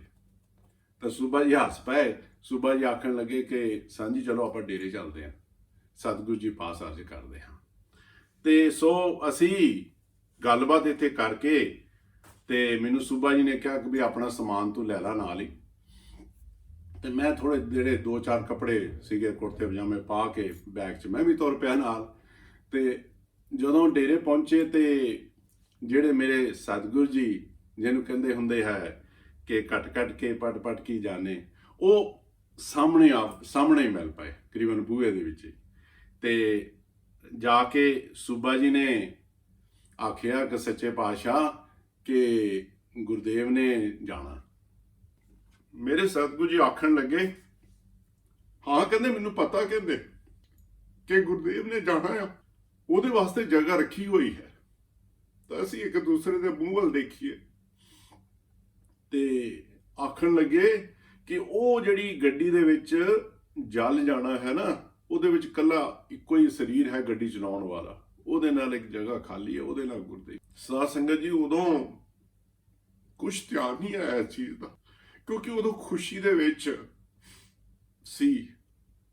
ਪਰ ਅੱਜ ਜਦੋਂ ਉਹ ਯਾਦ ਆਉਂਦਾ ਕਿ ਮੇਰਾ ਸਤਿਗੁਰ ਇਦਾਂ ਦਾ ਉਦਾਰਤਾ ਵਾਲਾ ਹੈ, ਅੰਤਰਜਾਮੀ ਹੈ, ਤੇ ਉਹਨਾਂ ਨੂੰ ਮੇਰੀ ਯਾਦ ਸੀ। ਤੇ ਉੱਥੋਂ ਅਸੀਂ ਤੁਰ ਪਏ, ਰਵਾਨਾ ਹੋ ਗਏ ਨੈਰੋਬੀ ਤੋਂ। ਅਸੀਂ ਜਦੋਂ ਟਜ਼ਾਵਰ ਨੈਸ਼ਨਲ ਪਾਰਕ ਵਿੱਚ ਪਹੁੰਚੇ ਤੇ ਉੱਥੇ ਇਹ ਬਹੁਤ ਧੂੜ ਉੜਦੀ ਸੀ, ਕਿਉਂ ਕੱਚੇ ਰਸਤੇ ਹੈ ਉੱਥੇ, ਇੱਕਦਮ ਕੱਚੇ ਰਸਤੇ, ਲਾਲ ਰੰਗ ਦੀ ਮਿੱਟੀ ਹੈ, ਉੜਦੀ ਹੈ ਬਹੁਤ, ਕਿਉਂ ਗਰਮੀ ਹੈ ਉੱਥੇ। ਤੇ ਉਹ ਜਦੋਂ ਅਸੀਂ ਗਏ ਉੱਥੇ ਤੇ ਸਾਡੇ ਅੱਗੇ ਹੀ ਪ੍ਰਧਾਨ ਸਰਵਨ ਸਿੰਘ ਜੀ ਸੋਖੀ, ਉਹਨਾਂ ਦੀ ਗੱਡੀ ਜਾ ਰਹੀ ਸੀ, ਤੇ ਉਹਦੇ ਵਿੱਚੋਂ ਪੱਥਰ ਪਿੱਛੇ ਨੂੰ ਏਦਾਂ ਉੱਡਦੇ ਸਨ, ਤਾਂ ਉਹਦੇ ਵਿੱਚੋਂ ਇੱਕ ਪੱਥਰ ਆ ਕੇ ਸਾਡੀ ਵੀਨ ਸਕਰੀਨ ਤੇ ਵੱਜ ਗਿਆ, ਤੇ ਜਿਹੜੀ ਵੀਨ ਸਕਰੀਨ ਸੀਗੀ ਉਹ ਟੁੱਟ ਗਈ। ਤੇ ਸਾਡੇ ਪਾਸ ਹੋਰ ਤਾਂ ਦੋਨਾਂ ਪਾਸ ਹੈ ਨਹੀਂ ਸੀ, ਅਸੀਂ ਉਹ ਸਨ ਗਲਾਸਿਸ ਸੀ ਉਹ ਦੋਨਾਂ ਨੇ ਲਾ ਲਏ ਅਸੀਂ, ਤੇ ਉਹਦੇ ਨਾਲ ਕੀ ਹੋਇਆ ਕਿ ਸਾਡੀਆਂ ਅੱਖਾਂ ਬਚ ਗਈਆਂ, ਤੇ ਬਾਕੀ ਜਿੰਨੀ ਮਿੱਟੀ ਸੀ ਉੜ ਕੇ ਸਾਰੀ ਸਾਡੇ ਉੱਪਰ ਆ ਗਈ। ਜਦੋਂ ਵਿਊ ਪੁਆਇੰਟ ਤੇ ਅਸੀਂ ਪਹੁੰਚੇ ਤਾਂ ਸਤਿਗੁਰੂ ਜੀ ਨੂੰ ਪਤਾ ਲੱਗਾ ਕਿ ਇਹ ਕੰਮ ਹੋਇਆ। ਤੇ ਜਦੋਂ ਅਸੀਂ ਗੱਡੀ ਚੋਂ ਬਾਹਰ ਨਿਕਲੇ ਤੇ ਸਾਡੀ ਜੋ ਹਾਲਤ ਸੀਗੀ ਉਹ ਦੇਖ ਮੱਲੋ ਮੱਲੀ ਸਾਰਿਆਂ ਨੂੰ ਹਾਸਾ ਆ ਗਿਆ, ਕਿਉਂਕਿ ਇੱਕਦਮ ਲਾਲ ਸਾਡੇ ਕੱਪੜੇ, ਲਾਲ ਸਾਡੀਆਂ ਸ਼ਕਲਾਂ, ਤੇ ਉਹ ਐਨਕਾਂ ਲਾਈਆਂ ਸੀ, ਤਾਂ ਉਹਨਾਂ ਵਿੱਚੋਂ ਸਿਰਫ ਥੋੜੀਆਂ ਜਿਹੀਆਂ ਸਾਡੀਆਂ ਅੱਖਾਂ ਦੇ ਸਨ। ਤੇ ਚਲੋ ਜਿਹੜਾ ਨੇ ਹੱਸਣਾ ਸੀ ਉਹਦਾ ਹੱਸ ਪਏ, ਤੇ ਅੱਜ ਤਾਂ ਮੈਨੂੰ ਵੀ ਹਾਸਾ ਆਉਂਦਾ ਯਾਦ ਕਰਕੇ ਕਿੱਦਾਂ ਦੀ ਹਾਲਤ ਸੀ ਉਸ ਵੇਲੇ। ਤੇ ਪਰ ਮੇਰੇ ਸਤਿਗੁਰੂ ਜਗਜੀਤ ਸਿੰਘ ਜੀ, ਜਿੱਦਾਂ ਇੱਕ ਪਿਤਾ ਨੂੰ ਫਿਕਰ ਹੁੰਦਾ ਨਾ ਆਪਣੇ ਬੱਚਿਆਂ ਦਾ, ਉਹਨਾਂ ਨੂੰ ਬੜਾ ਫਿਕਰ ਲੱਗਾ, ਔਰ ਸਾਨੂੰ ਕੋਲ ਬੁਲਾ ਕੇ ਸਾਡੇ ਹਾਲ ਚਾਲ ਦੋਨਾਂ ਦਾ ਪੁੱਛਿਆ ਕਿ ਤੁਹਾਡੇ ਕਿਤੇ ਸੱਟ ਸੁੱਟ ਤਾਂ ਨਹੀਂ ਲੱਗੀ, ਕੋਈ ਤੁਹਾਨੂੰ ਤਕਲੀਫ ਜਾਂ ਕਿਸੇ ਤਰ੍ਹਾਂ ਦਾ ਵੀ ਕੁਝ ਪ੍ਰੋਬਲਮ ਤਾਂ ਨਹੀਂ ਹੈਗਾ। ਤਾਂ ਅਸੀਂ ਕਹਿੰਦੇ ਸੱਚੇ ਪਾਤਸ਼ਾਹ ਜੀ ਬਿਲਕੁਲ ਠੀਕ ਆ, ਸਵਾਇਆ ਮਿੱਟੀ ਦਾ ਹੀ ਕੰਮ ਆ, ਬਾਕੀ ਠੀਕ ਠਾਕ ਆ। ਤੇ ਸੱਚੇ ਪਾਤਸ਼ਾਹ ਬਚਨ ਕੀਤਾ, ਕਹਿੰਦੇ ਹੁਣ ਇੱਥੇ ਖੁੱਲੇ ਜਾਨਵਰ ਹਨ ਸਾਰੇ ਪਾਸੇ, ਤੇ ਤੁਸੀਂ ਇਦਾਂ ਕਰੋ, ਇਹਨਾਂ ਦੀ ਜਿਹੜੀ ਗੱਡੀ ਹੈ ਬਾਕੀ ਗੱਡੀਆਂ ਦੇ ਵਿਚਕਾਰ ਰੱਖਣੀ ਹੈ, ਹੁਣ ਥੋੜਾ ਜਿਹਾ ਧਿਆਨ ਰੱਖਣਾ ਹੈ।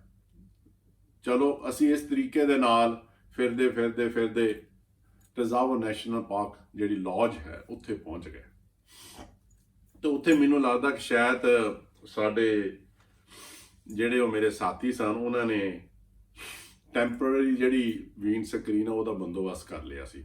ਉੱਥੇ ਜਿਹੜੇ ਫਿਰ ਪ੍ਰਬੰਧਕ ਹੈ, ਧੰਨ ਹਨ ਸਾਡੇ ਪ੍ਰਬੰਧਕ, ਇਹਨਾਂ ਨੇ ਕੁਛ ਇਦਾਂ ਦੀ ਕਿਰਪਾ ਕੀਤੀ, ਇਹ ਆਖਣ ਲੱਗੇ ਕਿ ਤੁਸੀਂ ਇਦਾਂ ਕਰੋ ਕਿ ਤੁਸੀਂ ਸਿੱਧੇ ਬੰਬਾਸੇ ਚਲੇ ਜਾਓ।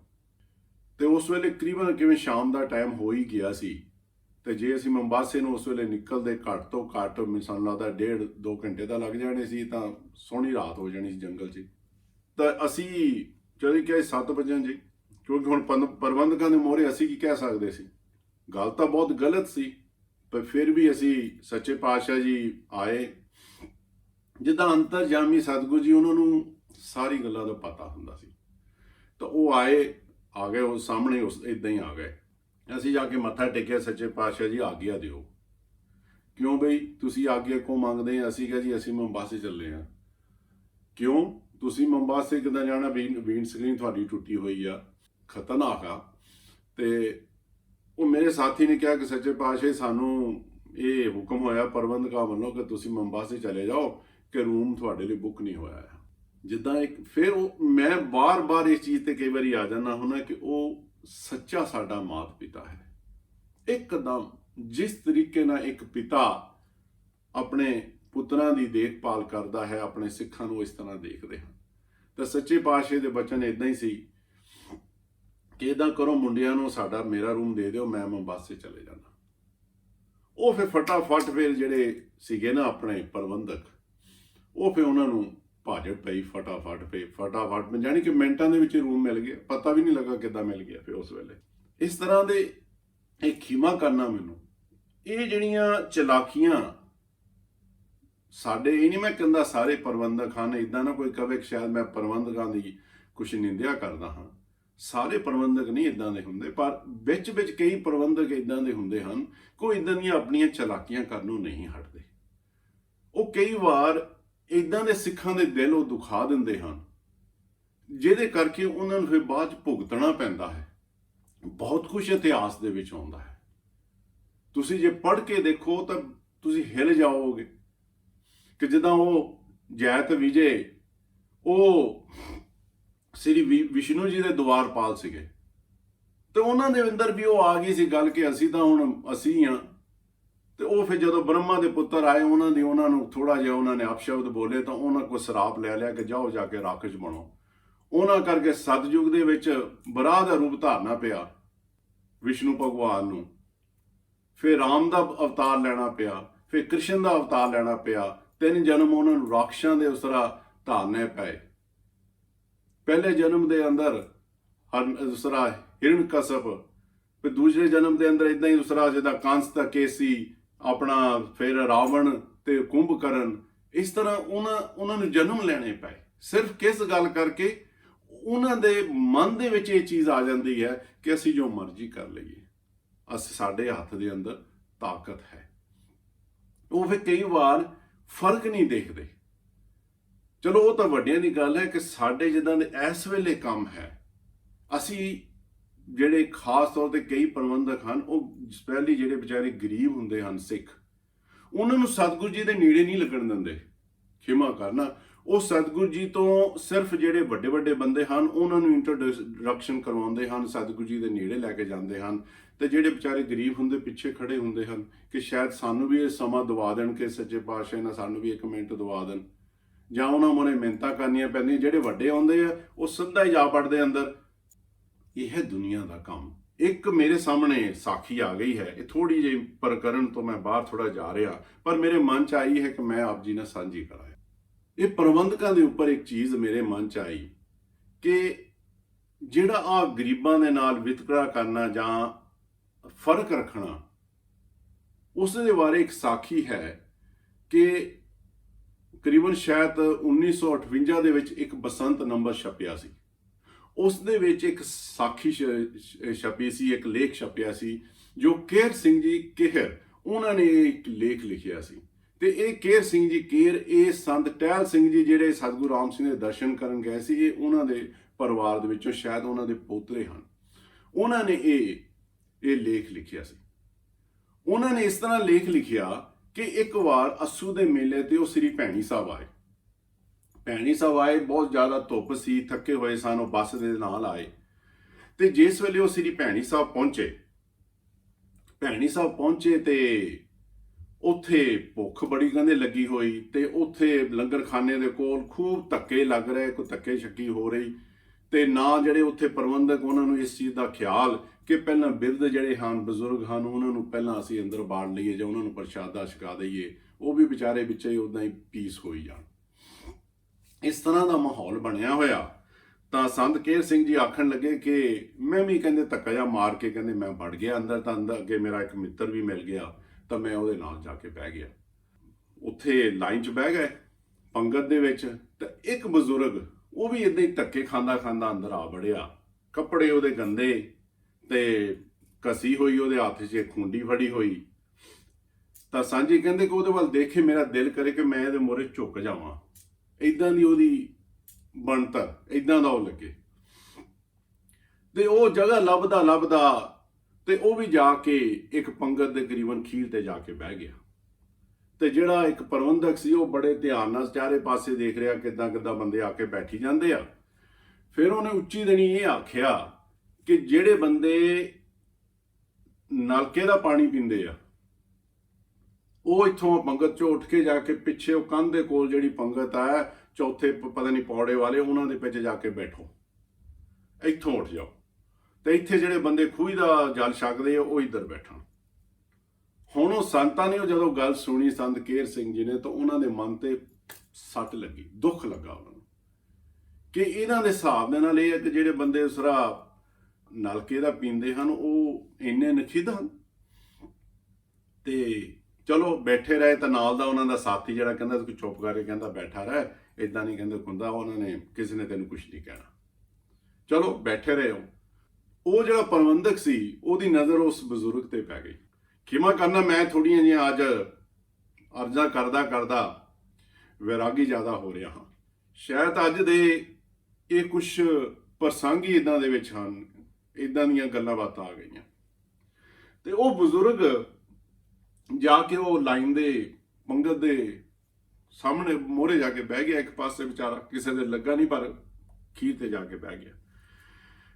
ਤੇ ਇਹ ਪ੍ਰਬੰਧਕ ਨੇ ਜਦੋਂ ਦੇਖਿਆ ਉਹਦੇ ਵੱਲ, ਤਾਂ ਜਾ ਉਹਦੇ ਪਾਸ ਪਹੁੰਚਿਆ, ਤਾਂ ਉਹਨੂੰ ਕਹਿਣ ਲੱਗਾ ਕਿ ਬਾਬਾ ਤੂੰ ਕੌਣ ਹੈ? ਤਾਂ ਉਹ ਚੁੱਪ ਕਰਕੇ ਬੈਠਾ ਰਿਹਾ। ਫਿਰ ਉਹਨੂੰ ਪੁੱਛਿਆ ਆਪਣੀ ਧੌਂਸ ਦੇ ਨਾਲ ਕਿ ਮੈਂ ਪ੍ਰਬੰਧਕ ਹਾਂ, ਤਾਂ ਬਾਬਾ ਤੂੰ ਕੌਣ ਹੈ? ਤਾਂ ਉਹ ਕਹਿੰਦਾ ਤੁਸੀਂ ਮੈਨੂੰ ਪੁੱਛਦੇ ਆ ਮੈਂ ਕੌਣ ਹਾਂ? ਮੈਂ ਗੁਰਸਿੱਖ ਹਾਂ, ਮੈਂ ਸਤਿਗੁਰ ਦਾ ਸਿੱਖ ਹਾਂ। ਤੇ ਬੜੀ ਆਕੜ ਨਾਲ ਕਹਿੰਦਾ ਮੈਨੂੰ ਪਤਾ ਤੂੰ ਗੁਰਸਿੱਖ ਹਾਂ, ਤਾਂ ਪਰ ਤੇਰੀ ਜਾਤ ਕੀ ਹੈ? ਤਾਂ ਉਹਨੇ ਕਿਹਾ ਕਿ ਮੇਰੀ ਜਾਤ, ਪਹਿਲਾਂ ਜਿੱਦਾਂ ਰੁਕਦੇ ਇਦਾਂ ਹੀ ਉਦੋਂ ਲਿਖਿਆ ਹੈ ਕਿ ਹਾਲੇ ਪੂਰੀ ਗੱਲ ਵੀ ਸ਼ਾਇਦ ਉਹਨਾਂ ਨਾ ਕੀਤੀ ਕਰ, ਮੈਂ ਮੇਰੀ ਜਾਤ ਰਾਮਦਾਸੀਆ, ਇਦਾਂ ਕੁਝ ਕਰਕੇ ਉਹਨਾਂ ਨੇ ਕਿਹਾ, ਰਾਮਦਾਸੀਆ ਇਦਾਂ ਕੁਝ ਕਰਕੇ ਕਿਹਾ। ਬਸ ਪ੍ਰਬੰਧਕ ਨੂੰ ਚੜ ਗਿਆ ਪਾਰਾ। ਤਾਂ ਮੈਂ ਜਦ ਕਹਿੰਦਾ ਤੁਹਾਨੂੰ ਆਖਿਆ ਸੀ ਕਿ ਤੁਸੀਂ ਇੱਥੇ ਨਹੀਂ ਬੈਠ ਸਕਦੇ ਪੰਗਤ ਦੇ ਵਿੱਚ, ਤੁਸੀਂ ਇੱਥੇ ਕਿਉਂ ਬੈਠੇ ਆ, ਜਾ ਕੇ ਉੱਥੇ ਬੈਠ ਆਪਣੀ ਜਗ੍ਹਾ ਤੇ। ਤਾਂ ਉਹ ਕਹਿਣ ਲੱਗੇ ਕਿ ਮੈਨੂੰ ਪ੍ਰਸ਼ਾਦਾ ਦੇ ਦਿਓ, ਮੈਨੂੰ ਹੋਰ ਕੁਝ ਨਹੀਂ ਚਾਹੀਦਾ। ਨਹੀਂ, ਬਿਲਕੁਲ ਨਹੀਂ। ਉਹ ਕਾਫੀ ਉਹਨੂੰ ਵਿਚਾਰੇ ਨੂੰ ਤੰਗ ਤੋਂ ਕਰਨ ਲੱਗੇ, ਜਾਣੀ ਕਿ ਉਹਨੂੰ ਖਿੱਚਾ ਤੋਈ ਕਰਨ ਲੱਗਾ। ਤਾਂ ਸੰਤ ਕੇਹਰ ਸਿੰਘ ਜੀ ਉਹ ਦੇਖ ਕੇ ਉਹਨਾਂ ਦਾ ਮਨ ਪਿਘਲ ਗਿਆ, ਉਹਨਾਂ ਕੋਲ ਰਿਹਾ ਨਾ ਗਿਆ। ਉਹ ਚਲ ਗਏ ਕੋਲ, ਉਹਨੂੰ ਕਹਿਣ ਲੱਗੇ ਭਾਈ ਤੂੰ ਕਿਉਂ ਵਿਚਾਰੇ ਨੂੰ ਤੰਗ ਕਰਦਾ ਆ, ਕਿ ਉਹ ਇੱਥੇ ਬੈਠਾ ਹੀ ਹੈ, ਉਹ ਕਿਹੜਾ ਕਿਸੇ ਨੂੰ ਕੁਝ ਕਰ ਰਿਹਾ ਹੈਗਾ, ਨਾ ਹੀ ਉਹ ਕਿਸੇ ਦੇ ਨਾਲ ਲੱਗਾ ਹੈ। ਪਰ ਉਹ ਪ੍ਰਬੰਧਕ ਬੜਾ ਔਖਾ ਹੋਇਆ। ਉਹ ਕਹਿੰਦਾ ਕਿ ਤੂੰ ਵਿੱਚ ਨਾ, ਕਹਿੰਦਾ ਸਾਂਝੀ ਤੁਸੀਂ ਵਿੱਚ ਨਾ ਆਵੋ, ਇਹਨਾਂ ਕਰਕੇ ਸਾਡੀ ਮਰਿਆਦਾ ਇੱਥੇ ਭੰਗ ਹੁੰਦੀ ਹੈ। ਕਿ ਸਤਿਗੁਰੂ ਪ੍ਰਤਾਪ ਸਿੰਘ ਜੀ ਨੇ ਕਿੰਨੇ ਪਾਠ ਕਰਵਾਏ ਆ, ਕਿੰਨੇ ਦੂਸਰਾ ਵਰਦੀਆਂ ਕਰਾਈਆਂ ਆ, ਇਹਨਾਂ ਕਰਕੇ ਇਹ ਬੰਦੇ ਆ ਕੇ ਜਿਹੜੀ ਸਾਡੀ ਮਰਿਆਦਾ ਭੰਗ ਕਰ ਦਿੰਦੇ, ਇਹਦੇ ਕਰਕੇ ਸਾਨੂੰ ਸਤਿਗੁਰੂ ਰਾਮ ਸਿੰਘ ਦੇ ਦਰਸ਼ਨ ਨਹੀਂ ਹੁੰਦੇ। ਤੇ ਉਹਨੇ ਸੰਤਾਂ ਨੇ ਕਿਹਾ ਕਿ ਤੂੰ ਉਹਦੀ ਉਮਰ ਤਾਂ ਦੇਖ, ਕਿ ਉਹਨੂੰ ਹੁਣ ਤੂੰ ਤੱਗਾ ਏਦਾਂ ਖਿੱਚਾ ਤਾਂ ਉਹਨੂੰ ਤਾਂ ਖਿੱਚਣ ਲੱਗਾ ਏਦਾਂ, ਤਾਂ ਉਹਨੂੰ ਪ੍ਰਸ਼ਾਦਾ ਦੇਣਾ, ਹੁਣ ਉਹ ਕਿਹੜੀ ਮਰਿਆਦਾ ਉਸਰਾ ਖਰਾਬ ਕਰਨ ਲੱਗਾ ਆ। ਉਹਨੂੰ ਨਾ ਹੋਈ ਤਾਂ ਉਹਨੇ ਜ਼ਬਰਦਸਤੀ ਉਹਨੂੰ ਫੜ ਕੇ ਘੜੀਸ ਕੇ ਉਹਨੂੰ ਬਾਹਰ ਛੱਡ ਦਿੱਤਾ ਬਜ਼ੁਰਗ ਨੂੰ। ਤੇ ਸੰਤ ਜਿਹੜੇ ਸੀ ਉਹ ਦੇਖ ਕੇ ਉਹਨਾਂ ਦਾ ਮਨ ਹਿੱਲ ਗਿਆ। ਬਾਕੀ ਬੰਦੇ ਆਰਾਮ ਨਾਲ ਪ੍ਰਸ਼ਾਦਾ ਛਕੀ ਗਏ, ਕਿਸੇ ਨੂੰ ਕੋਈ ਧਿਆਨ ਨਹੀਂ। ਤਾਂ ਸੰਤਾਂ ਨੇ ਜਦੋਂ ਚੀਜ਼ ਦੇਖੀ ਤਾਂ ਉਹਨਾਂ ਦਾ ਮਨ ਹਿੱਲ ਗਿਆ। ਉਹ ਉੱਠ ਕੇ ਬਾਹਰ ਗਏ। ਤਾਂ ਉਹ ਬਾਹਰ ਪਹਿਰੇਦਾਰ ਨੂੰ ਕਹਿ ਰਿਹਾ ਸੀਗਾ ਪ੍ਰਬੰਧਕ, ਇਹਨੂੰ ਅੰਦਰ ਨਾ ਵੜਨ ਦੇਈ, ਇਹਨੂੰ ਜਾ ਕੇ ਜਿੱਧਰ ਇਹਨਾਂ ਦੀ ਹੈਗੀ ਜਗ੍ਹਾ ਜਿੱਧਰ ਇਹ ਰਹਿੰਦੇ ਉੱਧਰ ਜਾ ਕੇ ਛੱਡਿਆ ਇਹਨਾਂ ਨੂੰ। ਤੇ ਸੰਤ ਵੀ ਪਿੱਛੇ ਚੱਲ ਗਏ। ਹਲੇ ਧੱਕੇ ਦਿੰਦਾ ਸੀ ਪਹਿਰੇਦਾਰ, ਤੇ ਜਾ ਕੇ ਉਹਨਾਂ ਨੇ ਕਿਹਾ ਪਹਿਰੇਦਾਰ ਨੂੰ ਕਿ ਤੂੰ ਜਾ ਵਾਪਸ, ਮੈਂ ਆਪੇ ਬਾਬੇ ਨੂੰ ਲੈ ਜਾਣਾ ਇਹਦੀ ਬਸਤੀ ਵੱਲ, ਤੂੰ ਜਾ ਅੰਦਰ। ਤਾਂ ਸੰਤਾਂ ਦੇ ਹੱਥ ਦੇ ਵਿੱਚ 2 ਪ੍ਰਸ਼ਾਦੇ ਫੜੇ ਹੋਏ ਸਨ। ਔਰ ਇੱਥੇ ਤੱਕ ਜਦੋਂ ਅੰਦਰ ਉਹ ਬਜ਼ੁਰਗ ਬੈਠਾ ਸੀ, ਵਰਤਾਵਾ ਜਦੋਂ ਉਹਨਾਂ ਦੇ ਪਾਸ ਪ੍ਰਸ਼ਾਦੇ ਲੈ ਕੇ ਗਿਆ, ਉਹਨੇ ਪ੍ਰਸ਼ਾਦਾ ਨਹੀਂ ਦੇਣ ਦਿੱਤਾ ਬਜ਼ੁਰਗ ਨੂੰ, ਪ੍ਰਬੰਧਕ ਨੇ। ਇਸ ਤਰ੍ਹਾਂ ਦੀ ਉਹ ਮਾਹੌਲ ਬਣਿਆ। ਤਾਂ ਸੰਤਾਂ ਦੇ ਹੱਥ ਦੇ ਵਿੱਚ 2 ਪ੍ਰਸ਼ਾਦੇ ਸਨ। ਕੇਹਰ ਸਿੰਘ ਜੀ ਉਹ ਨਾਲ ਲੈ ਕੇ ਉਹ ਵੀ ਤੁਰ ਪਏ। ਤਾਂ ਬਾਬੇ ਦੇ ਨਾਲ ਤੁਰੇ ਜਾਂਦੇ, ਤਾਂ ਉਦਾਂ ਹੀ ਕਹਿਣ ਲੱਗੇ ਕਿੱਦਾਂ ਬਾਬਾ ਜੀ ਪ੍ਰਸ਼ਾਦਾ ਛਕ ਲਿਆ? ਤਾਂ ਕਹਿੰਦੇ ਹੁਣ ਤੂੰ ਦੇਖਦਾ ਆਇਆ, ਕਹਿੰਦੇ ਪ੍ਰਸ਼ਾਦਾ ਤਾਂ ਨਾ ਸੀ, ਕਹਿੰਦੇ ਧੱਕੇ ਖਾਇਆ ਮੈਂ। ਤਾਂ ਉਹਨਾਂ ਨੇ ਸੰਤਾਂ ਨੇ ਕਿਹਾ ਕਿ ਸਾਂਝੀ ਤੁਸੀਂ ਮੇਰੇ ਪ੍ਰਸ਼ਾਦੇ ਆ ਛਕ ਲਓ। ਤੇ ਉਹ ਸੰਤ ਕਹਿਣ ਲੱਗੇ ਕਿ ਤੂੰ ਕਾਹਦੇ ਵਾਸਤੇ ਭੁੱਖਾ ਰਹਿਣਾ ਸੀ? ਮੈਂ ਤਾਂ ਕਈ ਵਾਰੀ ਇਹ ਫੱਕੇ ਕੱਟਿਆ, ਤਾਂ ਕਈ ਵਾਰੀ ਇਦਾਂ ਧੱਕੇ, ਤੇ ਮੇਰਾ ਤਾਂ ਹਰ ਰੋਜ਼ ਦਾ ਹੀ ਕੰਮ ਹੈ, ਹਰ ਰੋਜ਼ ਹੀ ਧੱਕੇ ਖਾਣਾ, ਤਾਂ ਹਰ ਰੋਜ਼ ਹੀ ਇਹ ਫਾਕੇ ਕੱਟਦਾ, ਮੇਰੀ ਆਦਤ ਬਣ ਚੁੱਕੀ ਹੈ, ਤੂੰ ਨਾ ਫਿਕਰ ਕਰ। ਤੁਰੇ ਜਾਂਦੇ ਉਹ ਫਿਰ ਬਾਬੇ ਦੇ ਮਨ 'ਚ ਜਿੱਦਾਂ ਰੋਸ ਪ੍ਰਗਟ ਜਿੱਦਾਂ ਕਰਨਾ ਹੁੰਦਾ, ਤਾਂ ਉਹ ਕਹਿਣ ਲੱਗਾ ਕਿ ਮੈਂ ਕਿਹੜੀ ਉਹਨਾਂ ਦੀ ਕਹਿੰਦਾ ਮਰਿਆਦਾ ਖਰਾਬ ਕਰ ਰਿਹਾ ਸੀ। ਮੈਂ ਤਾਂ ਸਿਰਫ ਇਹੀ ਕਹਿੰਦਾ ਸੀ ਕਿ ਮੈਨੂੰ 2 ਪ੍ਰਸ਼ਾਦੇ ਦੇ ਦਿਓ, ਮੈਂ ਅੰਦਰ ਬੈਠ ਕੇ ਵੀ ਨਹੀਂ, ਬਾਹਰ ਜਾ ਕੇ ਪ੍ਰਸ਼ਾਦਾ ਛਕ ਲਵਾਂਗਾ ਜੇ ਮੇਰੇ ਨਾਲ ਉਹਨਾਂ ਦੀ ਮਰਿਆਦਾ ਖਰਾਬ ਹੁੰਦੀ ਆ। ਪਰ ਉਹ ਭੋਲਾ ਕਹਿੰਦੇ ਉਸਰਾ ਸੱਜਣ ਕਹਿੰਦੇ ਇਹੀ ਗੱਲ ਨਹੀਂ ਸਮਝਿਆ। ਤੇ ਇਹਨਾਂ ਨੂੰ ਕਹਿੰਦੇ ਖੁਦ ਨੂੰ ਮਰਿਆਦਾ ਦਾ ਨਹੀਂ ਕਹਿੰਦੇ ਪਤਾ ਕਿ ਸਤਿਗੁਰੂ ਰਾਮ ਸਿੰਘ ਦਾ ਇਹ ਹੁਕਮ ਹੈ ਕਿ ਤੁਹਾਡੇ ਬੂਹੇ ਤੇ ਆ ਕੇ ਕਸਾਈ ਖੜਾ ਹੋਵੇ, ਦੂਸਰਾ ਛੁਰੀ ਉਸਰਾ ਖੂਨ ਨਾ ਭਿੱਜੀ ਹੋਵੇ, ਤੁਸੀਂ ਉਹਨੂੰ ਵੀ ਲੰਗਰ ਛਕਾਉਣਾ, ਇਹਦੇ ਕੋ ਤਾਂ ਮਰਿਆਦਾ ਖੁਦ ਭੁੱਲੇ ਹੋਏ ਹਨ। ਤੇ ਇਦਾਂ ਕਰਦੇ ਕਰਦੇ ਹੋਰ ਅੱਗੇ ਗਏ ਤਾਂ ਫਿਰ ਉਹ ਬਾਬਾ ਨਾ ਜਿੱਦਾਂ ਰੰਗ ਦੇ ਵਿੱਚ ਆ ਗਿਆ।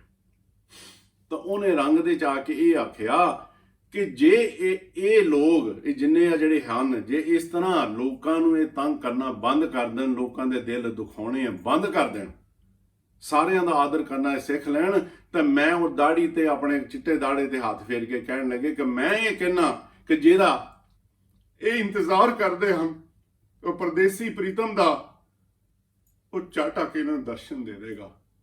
ਤੇ ਜੇ ਇਸ ਤਰ੍ਹਾਂ ਹੀ ਇਹ ਕਰਦੇ ਰਹੇ ਨਰਾਦਰੀ, ਤਾਂ ਮੈਂ ਵੀ ਇਹ ਕਹਿਣਾ ਆ ਕਿ ਕਰੀ ਜਾਣ ਜੋ ਮਰਜੀ, ਉਹਨੇ ਨਹੀਂ ਆਉਣਾ।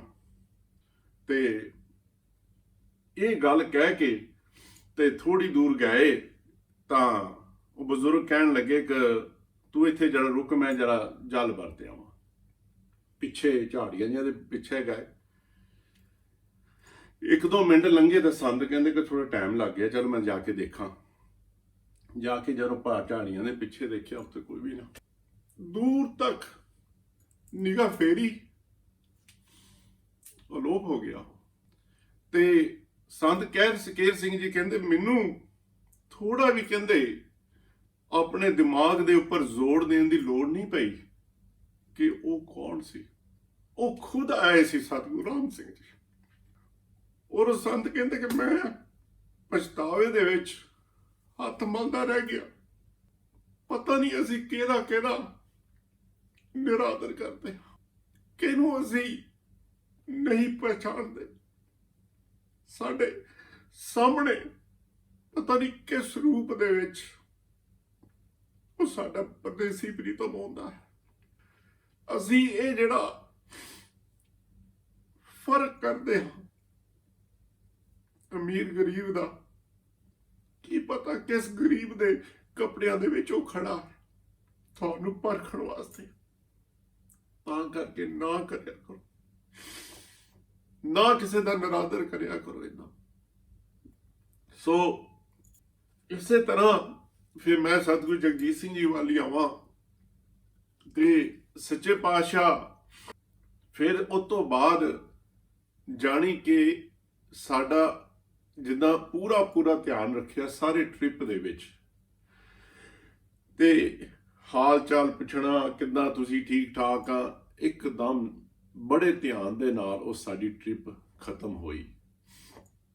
ਇਹ ਕੰਮ ਮੈਂ ਕਈ ਵਾਰੀ ਦੇਖ ਚੁੱਕਾ ਸੱਚੇ ਪਾਤਸ਼ਾਹ ਦੇ ਨਾਲ ਹੁੰਦਾ। ਲੇਕ 85 ਦੇ ਅੰਦਰ ਸਤਿਗੁਰੂ ਜੀ ਲੇਕ ਮਨਿਆਰਾ ਗਏ ਸਨ, ਅਰੂਸ਼ੇ ਪ੍ਰੋਗਰਾਮ ਸੀਗਾ, ਤੇ ਲੇਕ ਮਨਿਆਰਾ ਸੱਚੇ ਪਾਤਸ਼ਾਹ ਜੀ ਉੱਥੇ ਵੀ ਇੱਕ ਨੈਸ਼ਨਲ ਪਾਰਕ ਆ, ਉੱਥੇ ਗਏ ਸਨ। ਤੇ ਮੈਂ ਉੱਥੇ ਸੀ ਉਸ ਵੇਲੇ, ਕਿਉਂਕਿ ਜਿਹੜਾ ਡੇਰਾ ਸੀ ਸਾਡਾ ਸਾਰਿਆਂ ਦਾ ਉਹ ਇੱਕ ਜਗ੍ਹਾ ਤੇ ਸੀਗਾ। ਇੱਕ ਵੱਡੀ ਸਾਰਾ ਜਿੱਦਾਂ ਆਪਣੇ ਹਿੰਦੁਸਤਾਨ ਸਾਡੇ ਮਕਾਨ ਹੁੰਦੇ ਹਨ, ਆਲੇ ਦੁਆਲੇ ਸਾਰੇ ਦਾ ਮਕਾਨ ਸਨ, ਗੱਬੇ ਵੱਡਾ ਸਾਰਾ ਇੱਕ ਵਰਾਂਡਾ ਸੀ, ਇਦਾਂ ਦਾ ਇੱਕ ਡੇਰਾ ਸੀ। ਤੇ ਉੱਥੇ ਸੱਚੇ ਪਾਤਸ਼ਾਹ ਜੀ ਦਾ ਡੇਰਾ ਸੀ, ਸਾਡਾ ਵੀ ਉੱਥੇ ਹੀ ਹੁੰਦਾ ਸੀਗਾ ਸਾਰਿਆਂ ਦਾ। ਤੇ ਉਦੋਂ ਸੱਚੇ ਪਾਤਸ਼ਾਹ ਜੀ ਲੇਕ ਮਨਿਆਰਾ ਨੂੰ ਜਦੋਂ ਜਾਣ ਲੱਗੇ ਤਾਂ ਸਾਰੇ ਬੰਦੇ ਬਹਿ ਗਏ, ਫਟਾਫਟ ਜਿਹਨਾਂ ਨੇ ਬੈਠਣਾ ਸੀਗਾ ਬਿਠਾਤਾ। ਜਦੋਂ ਕਿ ਮੈਂ ਬੈਠਣ ਲੱਗਾ ਤਾਂ ਜਿਹੜੇ ਪ੍ਰਬੰਧਕ ਸੀ ਮੈਨੂੰ ਰੋਕ ਦਿੱਤਾ। ਮੈਂ ਕਿਹਾ ਜੀ, ਕਹਿੰਦੇ ਜਗ੍ਹਾ ਹੈ ਨਹੀਂ। ਮੈਂ ਕਿਹਾ ਜੀ ਠੀਕ ਹੈ। ਮੈਂ ਚੁੱਪ ਕਰਕੇ ਪਿੱਛੇ ਹੋ ਗਿਆ। ਜਦੋਂ ਸੱਚੇ ਪਾਤਸ਼ਾਹ ਜੀ ਲੇਕ ਮਨਿਆਰਾ ਪਹੁੰਚੇ ਤਾਂ ਪਿਤਾ ਜੀ ਉੱਥੇ ਸਨ ਉਹਨਾਂ ਦੇ ਨਾਲ। ਤਾਂ ਉਹਨਾਂ ਨੇ ਪੁੱਛਿਆ ਸੱਚੇ ਪਾਤਸ਼ਾਹ ਨੇ, ਗੁਰਦੇਵ ਕਿੱਥੇ ਆ?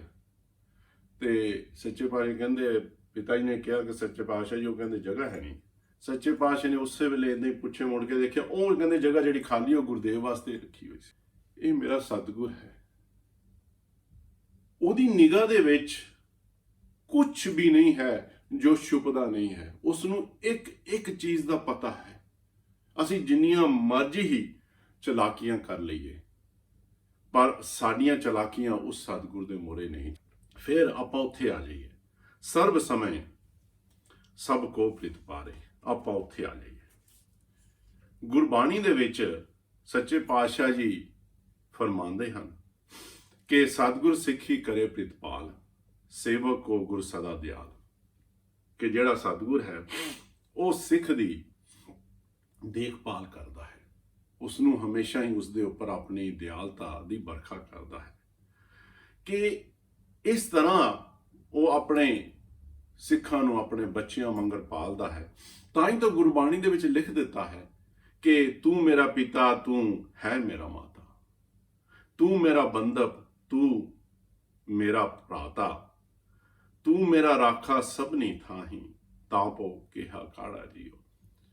ਕਿ ਇਹ ਮੇਰੇ ਸਤਿਗੁਰ, ਤੂੰ ਹੀ ਮੇਰਾ ਪਿਤਾ ਹੈ, ਤੂੰ ਹੀ ਮੇਰਾ ਮਾਤਾ ਹੈ,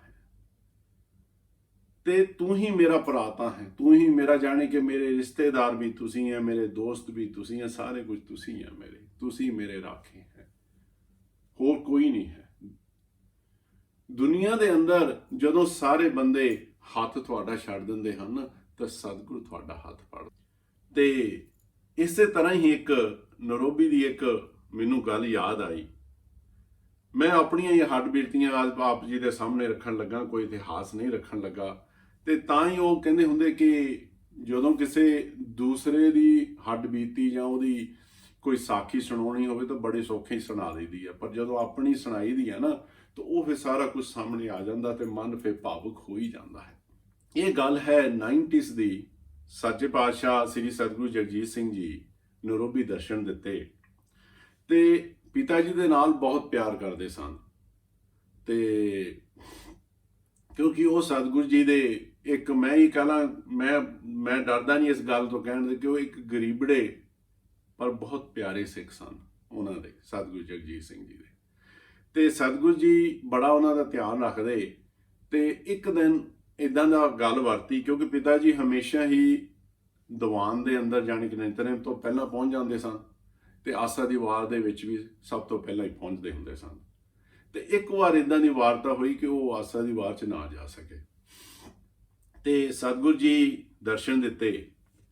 ਤੇ ਜਿੱਦਾਂ ਇੱਕ ਫਿਰ ਉੱਥੇ ਆ ਜਾਈਏ, ਜਿੱਦਾਂ ਮਾਤ ਪਿਤਾ ਦੁਬਾਰਾ ਕੰਮ ਤੇ ਹੀ, ਤਾਂ ਉਹ ਦੇਖਦੇ ਹਨ ਕਿ ਜਿੱਦਾਂ ਨਹੀਂ ਆਪਣਾ ਮਾਤਾ ਜਾਂ ਪਿਤਾ ਦੇਖਦੇ ਕਿ ਮੇਰਾ ਬੱਚਾ ਕਿੱਥੇ ਆ, ਉਹ ਆਇਆ ਨਹੀਂ ਹੈ, ਦਿਸਦਾ ਨਹੀਂ ਹੈ। ਇਸ ਤਰ੍ਹਾਂ ਸਤਿਗੁਰੂ ਜਗਜੀਤ ਸਿੰਘ ਜੀ ਨੇ ਸਾਰੇ ਹਾਲ ਦੇ ਵਿੱਚ ਦੇਖਿਆ ਕਿ ਮੇਰਾ ਉਹ ਸਿੱਖ ਕਿੱਥੇ ਹੈ, ਦਿਆਲ ਕਿੱਥੇ ਹੈ। ਦੇਖ ਕੇ ਤੇ ਫੇਰ ਮਾਲਾ ਫੇਰਨ ਲੱਗ ਪਏ। ਇੱਕ ਦੋ ਵਾਰੀ ਦੇਖਿਆ ਤਾਂ ਫੇਰ ਮਾਲਾ ਫੇਰਦੇ ਰਹੇ।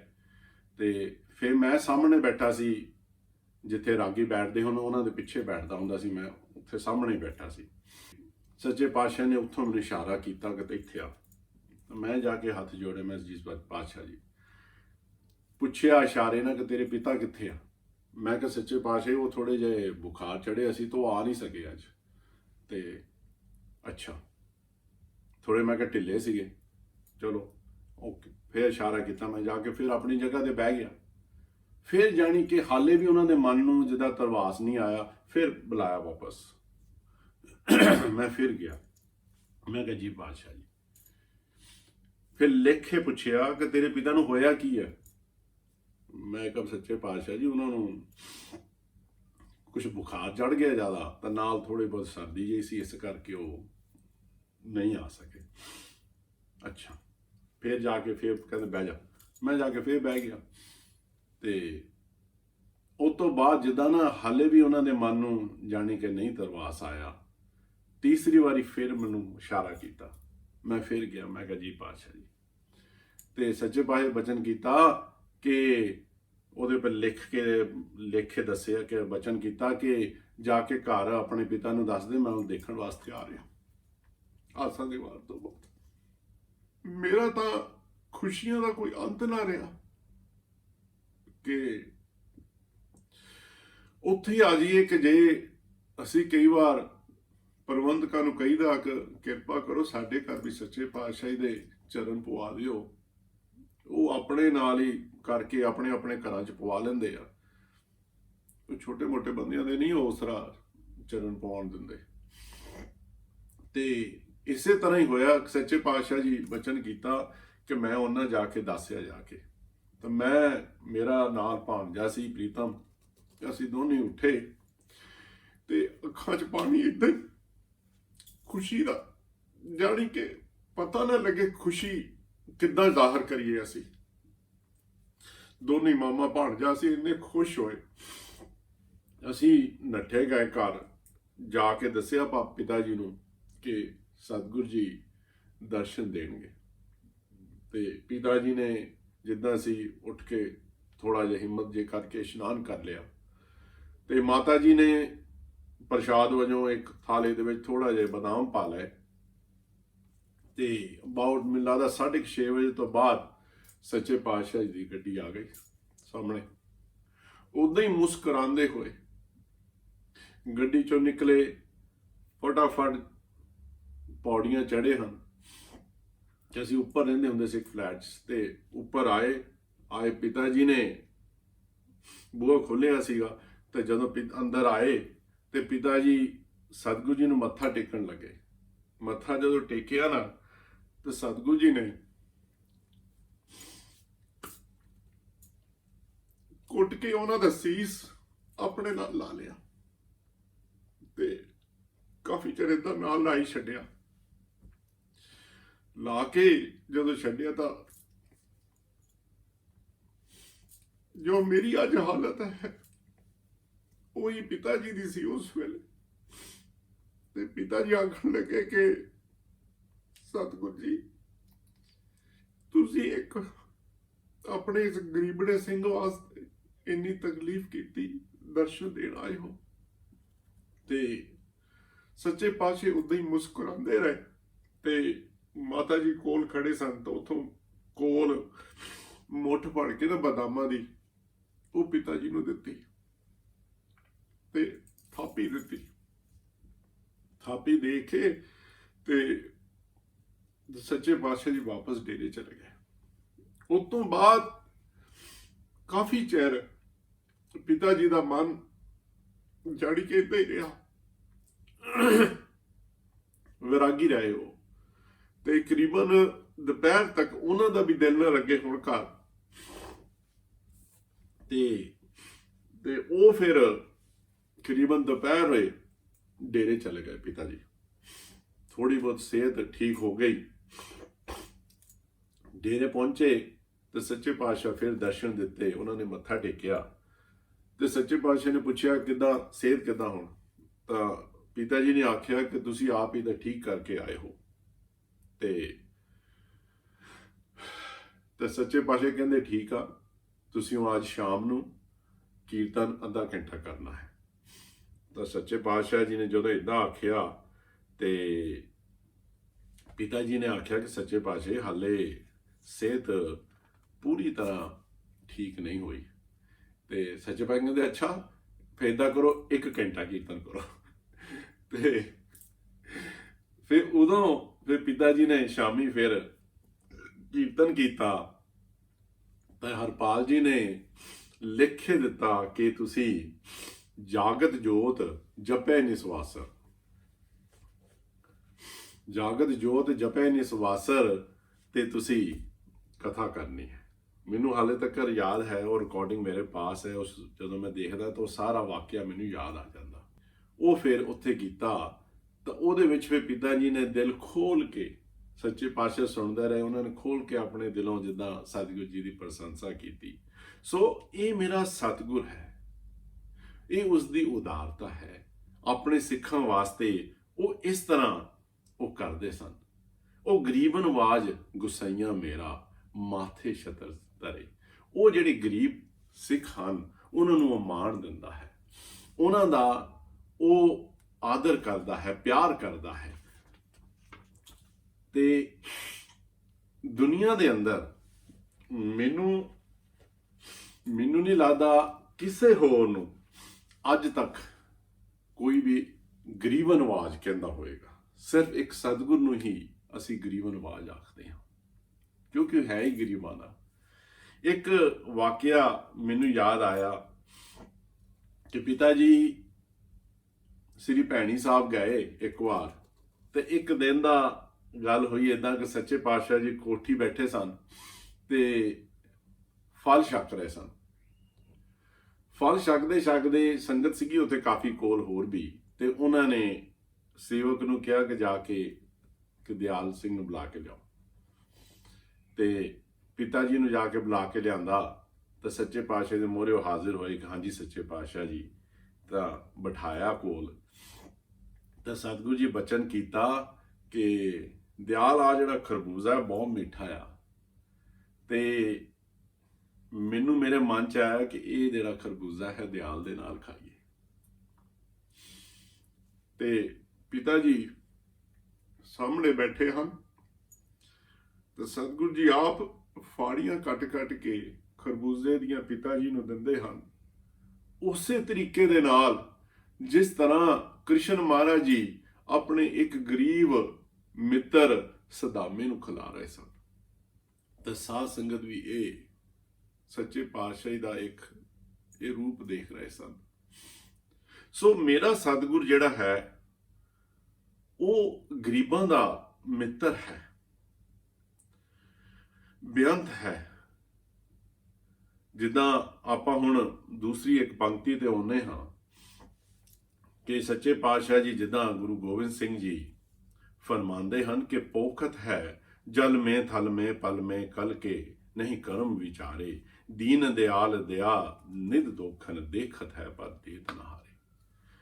ਅਸੀਂ ਕਈ ਵਾਰ ਸਾਡੇ ਮਨਾਂ ਦੇ ਵਿੱਚ ਇਸ ਤਰ੍ਹਾਂ ਦੇ ਕਈ ਚੀਜ਼ਾਂ ਆਉਂਦੀਆਂ ਹਨ ਕਿ ਸੱਚੇ ਪਾਤਸ਼ਾਹ ਜੀ ਕਿਹਦੇ ਨਾਲ ਬਚਨ ਕਰ ਰਹੇ ਹਨ, ਸੱਚੇ ਪਾਤਸ਼ਾਹ ਦੇ ਕੋਲ ਆ ਬੰਦਾ ਕਿਹੜਾ ਹੈ, ਇਹ ਇਦਾਂ ਦੇ ਕਰਮ ਕਰਦੇ ਹਨ, ਇਦਾਂ ਦੇ ਕਰਦੇ ਹਨ। ਸਾਡੇ ਦਿਮਾਗ 'ਚ ਬੜਾ ਕੁਝ ਆਉਂਦਾ ਹੈ, ਬੜੇ ਸਾਰੇ ਸਵਾਲ ਉੱਠਦੇ ਹਨ। ਕਈ ਵਾਰ ਕਈ ਬੰਦਿਆਂ ਨੂੰ ਦੇਖ ਕੇ ਕਿ ਬਈ ਆਹ ਬੰਦਾ ਤਾਂ ਬੜਾ ਖਤਰਨਾਕ ਹੈ, ਸੱਚੇ ਪਾਤਸ਼ਾਹ ਦੇ ਕੋਲ ਹੈ। ਪਰ ਇਸ ਤੁਕ ਦੇ ਅੰਦਰ ਸਾਰਾ ਕੁਝ ਕਹਿ ਦਿੱਤਾ ਕਿ ਉਹ ਮੇਰਾ ਜਿਹੜਾ ਸਤਿਗੁਰ ਹੈ ਉਹ ਕਿਸੇ ਦੇ ਕਰਮ ਨਹੀਂ ਵਿਚਾਰਦਾ। ਉਹ ਦੇਖਦਾ ਹੈ ਕਿ ਇਹ ਦੁਸ਼ਕਰਮ ਕਰਦੇ ਹਨ, ਗਲਤ ਕਰਮ ਕਰਦੇ ਹਨ, ਫਿਰ ਵੀ ਉਹਨਾਂ ਦੀ ਪਾਲਣਾ ਕਰਦਾ ਹੈ, ਉਹਨਾਂ ਨੂੰ ਦੂਰ ਨਹੀਂ ਕਰਦਾ, ਉਹਨਾਂ ਦੇ ਨਾਲ ਪਿਆਰ ਕਰਦਾ ਹੈ। ਮੈਂ ਆਪ ਜੀ ਦੇ ਸਾਹਮਣੇ ਆਪਣੀਆਂ ਕਿਉਂਕਿ ਮੈਂ ਨਾ ਕੋਈ ਪ੍ਰਚਾਰਕ ਹਾਂ ਤੇ ਨਾ ਹੀ ਕੋਈ ਜਥੇਦਾਰ ਹਾਂ, ਮੈਂ ਆਪਣੇ ਇਧਰੋਂ ਉਧਰੋਂ ਭੋਰੇ ਚੱਕ ਕੇ ਆਪ ਸਾਧ ਸੰਗਤ ਦੇ ਆਪ ਜੀ ਦੇ ਮੂਹਰੇ ਰੱਖ ਰਿਹਾ ਹਾਂ। ਤੇ ਇਸ ਤਰ੍ਹਾਂ ਕਈ ਵਾਰੀ ਮਹਿਸੂਸ ਹੁੰਦਾ ਹੈ ਕਿ ਕਈ ਵਾਰੀ ਮੇਰੇ ਦੋਸਤ ਕਹਿੰਦੇ ਹੁੰਦੇ ਹਨ ਕਿ ਗੁਰਦੇਵ ਤੂੰ ਕੁਛ ਸਤਿਗੁਰੂ ਜੀ ਦੇ ਸਾਧੂ ਜਗਜੀਤ ਸਿੰਘ ਜੀ ਬਾਰੇ ਦੱਸ। ਤਾਂ ਮੈਂ ਉਹਨਾਂ ਨੂੰ ਇਹੀ ਆਖਦਾ ਕਿ ਮੇਰੇ ਵਾਸਤੇ ਮੇਰੇ ਸਤਿਗੁਰੂ ਜੀ ਬਾਰੇ ਦੱਸਣਾ ਬੜਾ ਔਖਾ ਹੈ। ਮੈਨੂੰ ਬਹੁਤ ਤਾਕਤ ਚਾਹੀਦੀ ਕਿਉਂਕਿ ਮਿੰਟ ਤੇ ਫੇਸ ਪੈਣਾ ਹਾਂ। ਮੈਨੂੰ ਇੱਕ ਗੱਲ ਆਪਣੇ ਵਾਸਤੇ ਯਾਦ ਆਈ, ਜਦੋਂ ਬਚਪਨ 'ਚ ਕਦੀ ਪਿਤਾ ਜੀ ਮੈਨੂੰ ਝਿੜਕਦੇ ਤੇ ਸਾਡੇ ਬਾਪੂ ਜੀ ਸੰਤ ਪ੍ਰੇਮ ਸਿੰਘ ਜੀ ਉਹ ਪਿਤਾ ਜੀ ਨੂੰ ਝਿੜਕਣ ਨਹੀਂ ਸੀ ਦਿੰਦੇ। ਕਹਿੰਦੇ ਸੀ ਨਹੀਂ, ਝਿੜਕਣਾ ਨਹੀਂ ਹੈ, ਕਿਉਂਕਿ ਤੈਨੂੰ ਨਹੀਂ ਕਹਿੰਦੇ ਪਤਾ ਕਿ ਮੈਂ ਇੱਕ ਪੈਰ ਦੇ ਭਾਰ ਤੇ ਖੜਾ ਹੋ ਕੇ ਅਰਦਾਸਾਂ ਕਰਕੇ ਇਹਨੂੰ ਲੈ ਕੇ ਆਇਆ ਹਾਂ, ਤੈਨੂੰ ਨਹੀਂ ਪਤਾ, ਇਹਨੂੰ ਕੁਝ ਨਹੀਂ ਕਹਿਣਾ। ਪਿਤਾ ਜੀ ਦੱਸਦੇ ਹੁੰਦੇ ਸਨ ਕਿ ਜਦੋਂ ਮੇਰਾ ਜਨਮ ਹੋਇਆ ਤੇ ਉਸ ਸਮੇਂ ਜਿਹੜੇ ਜਨਮ ਹੁੰਦੇ ਸਨ ਬੱਚਿਆਂ ਦੇ ਉਹ ਘਰਾਂ 'ਚ ਹੀ ਹੁੰਦੇ ਸੀ, ਉਹ ਦਾਈਆਂ ਆਉਂਦੀਆਂ ਸੀ, ਮਿਡਵਾਈਫ ਘਰ ਦੇ ਵਿੱਚ ਹੀ ਹੁੰਦਾ ਸੀ ਸਾਰਾ ਕੁਝ। ਤੇ ਪਿਤਾ ਜੀ ਮੇਰਾ ਜਦੋਂ ਜਨਮ ਹੋਇਆ ਤਾਂ ਪਿਤਾ ਜੀ ਉਹ ਦਾਈ ਨੂੰ ਛੱਡਣ ਵਾਸਤੇ ਜਾ ਰਹੇ ਸੀ ਉਹਦੇ ਘਰ, ਤੇ ਸਾਹਮਣੇ ਹੀ ਸੱਚੇ ਪਾਤਸ਼ਾਹ ਦੀ ਗੱਡੀ। ਕੋਈ ਉਸ ਵੇਲੇ ਨਾ ਤੇ ਈਮੇਲ ਸੀ ਨਾ ਉੱਥੇ ਮੋਬਾਈਲ ਚੱਲਦੇ ਸੀ, ਕਿਸੇ ਨੂੰ ਕੁਝ ਨਹੀਂ ਪਤਾ ਸੀ। ਸੱਚੇ ਪਾਤਸ਼ਾਹ ਦੇ ਸਾਹਮਣੇ ਦਰਸ਼ਨ ਦਿੱਤੇ ਤੇ ਪਿਤਾ ਜੀ ਨੇ ਮੱਥਾ ਟੇਕਿਆ ਤਾਂ ਸੱਚੇ ਪਾਤਸ਼ਾਹ ਦੇ ਸੁਭਾਵਕ ਹੀ ਬਚਨ ਕੀਤਾ ਕਿ ਮੇਰਾ ਦਿਲ ਚਾਹਿਆ ਕਿ ਚੱਲ ਮੈਂ ਦਿਆਲ ਨੂੰ ਜਾ ਕੇ ਵਧਾਈਆਂ ਦੇ ਆਵਾਂ।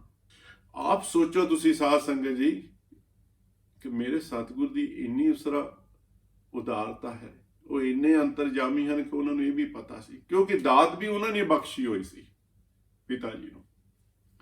ਫਿਰ ਉਸ ਤੋਂ ਬਾਅਦ ਜਦੋਂ ਮੈਂ ਫਿਰ ਸ੍ਰੀ ਭੈਣੀ ਸਾਹਿਬ ਗਿਆ, 94 ਦੀ ਗੱਲ ਹੈ, ਤੇ ਮੈਂ ਗਿਆ ਤੇ ਸੱਚੇ ਪਾਤਸ਼ਾਹ ਜੀ ਬੈਡਮਿੰਟਨ ਖੇਲਦੇ ਸਨ ਪ੍ਰਤਾਪ ਮੰਦਿਰ ਦੇ ਅੰਦਰ, ਤੇ ਮੈਂ ਜਾ ਕੇ ਮੱਥਾ ਟੇਕਿਆ। ਸੱਚੇ ਪਾਤਸ਼ਾਹ ਜੀ ਇੱਕ ਕੁਰਸੀ ਦੇ ਉੱਪਰ ਬੈਠੇ ਹੋਏ ਸਨ ਤੇ ਜਾ ਕੇ ਮੇਰੇ ਨਾਲ ਮਾਤਾ ਜੀ ਸਨ, ਤੇ ਜਾ ਕੇ ਮੈਂ ਮੱਥਾ ਟੇਕਿਆ। ਤੇ ਜਦੋਂ ਮੈਂ ਮੱਥਾ ਟੇਕ ਕੇ ਸਿਰ ਚੱਕਿਆ ਤਾਂ ਸੱਚੇ ਪਾਤਸ਼ਾਹ ਜੀ ਮੇਰਾ ਕੰਨ ਫੜ ਲਿਆ।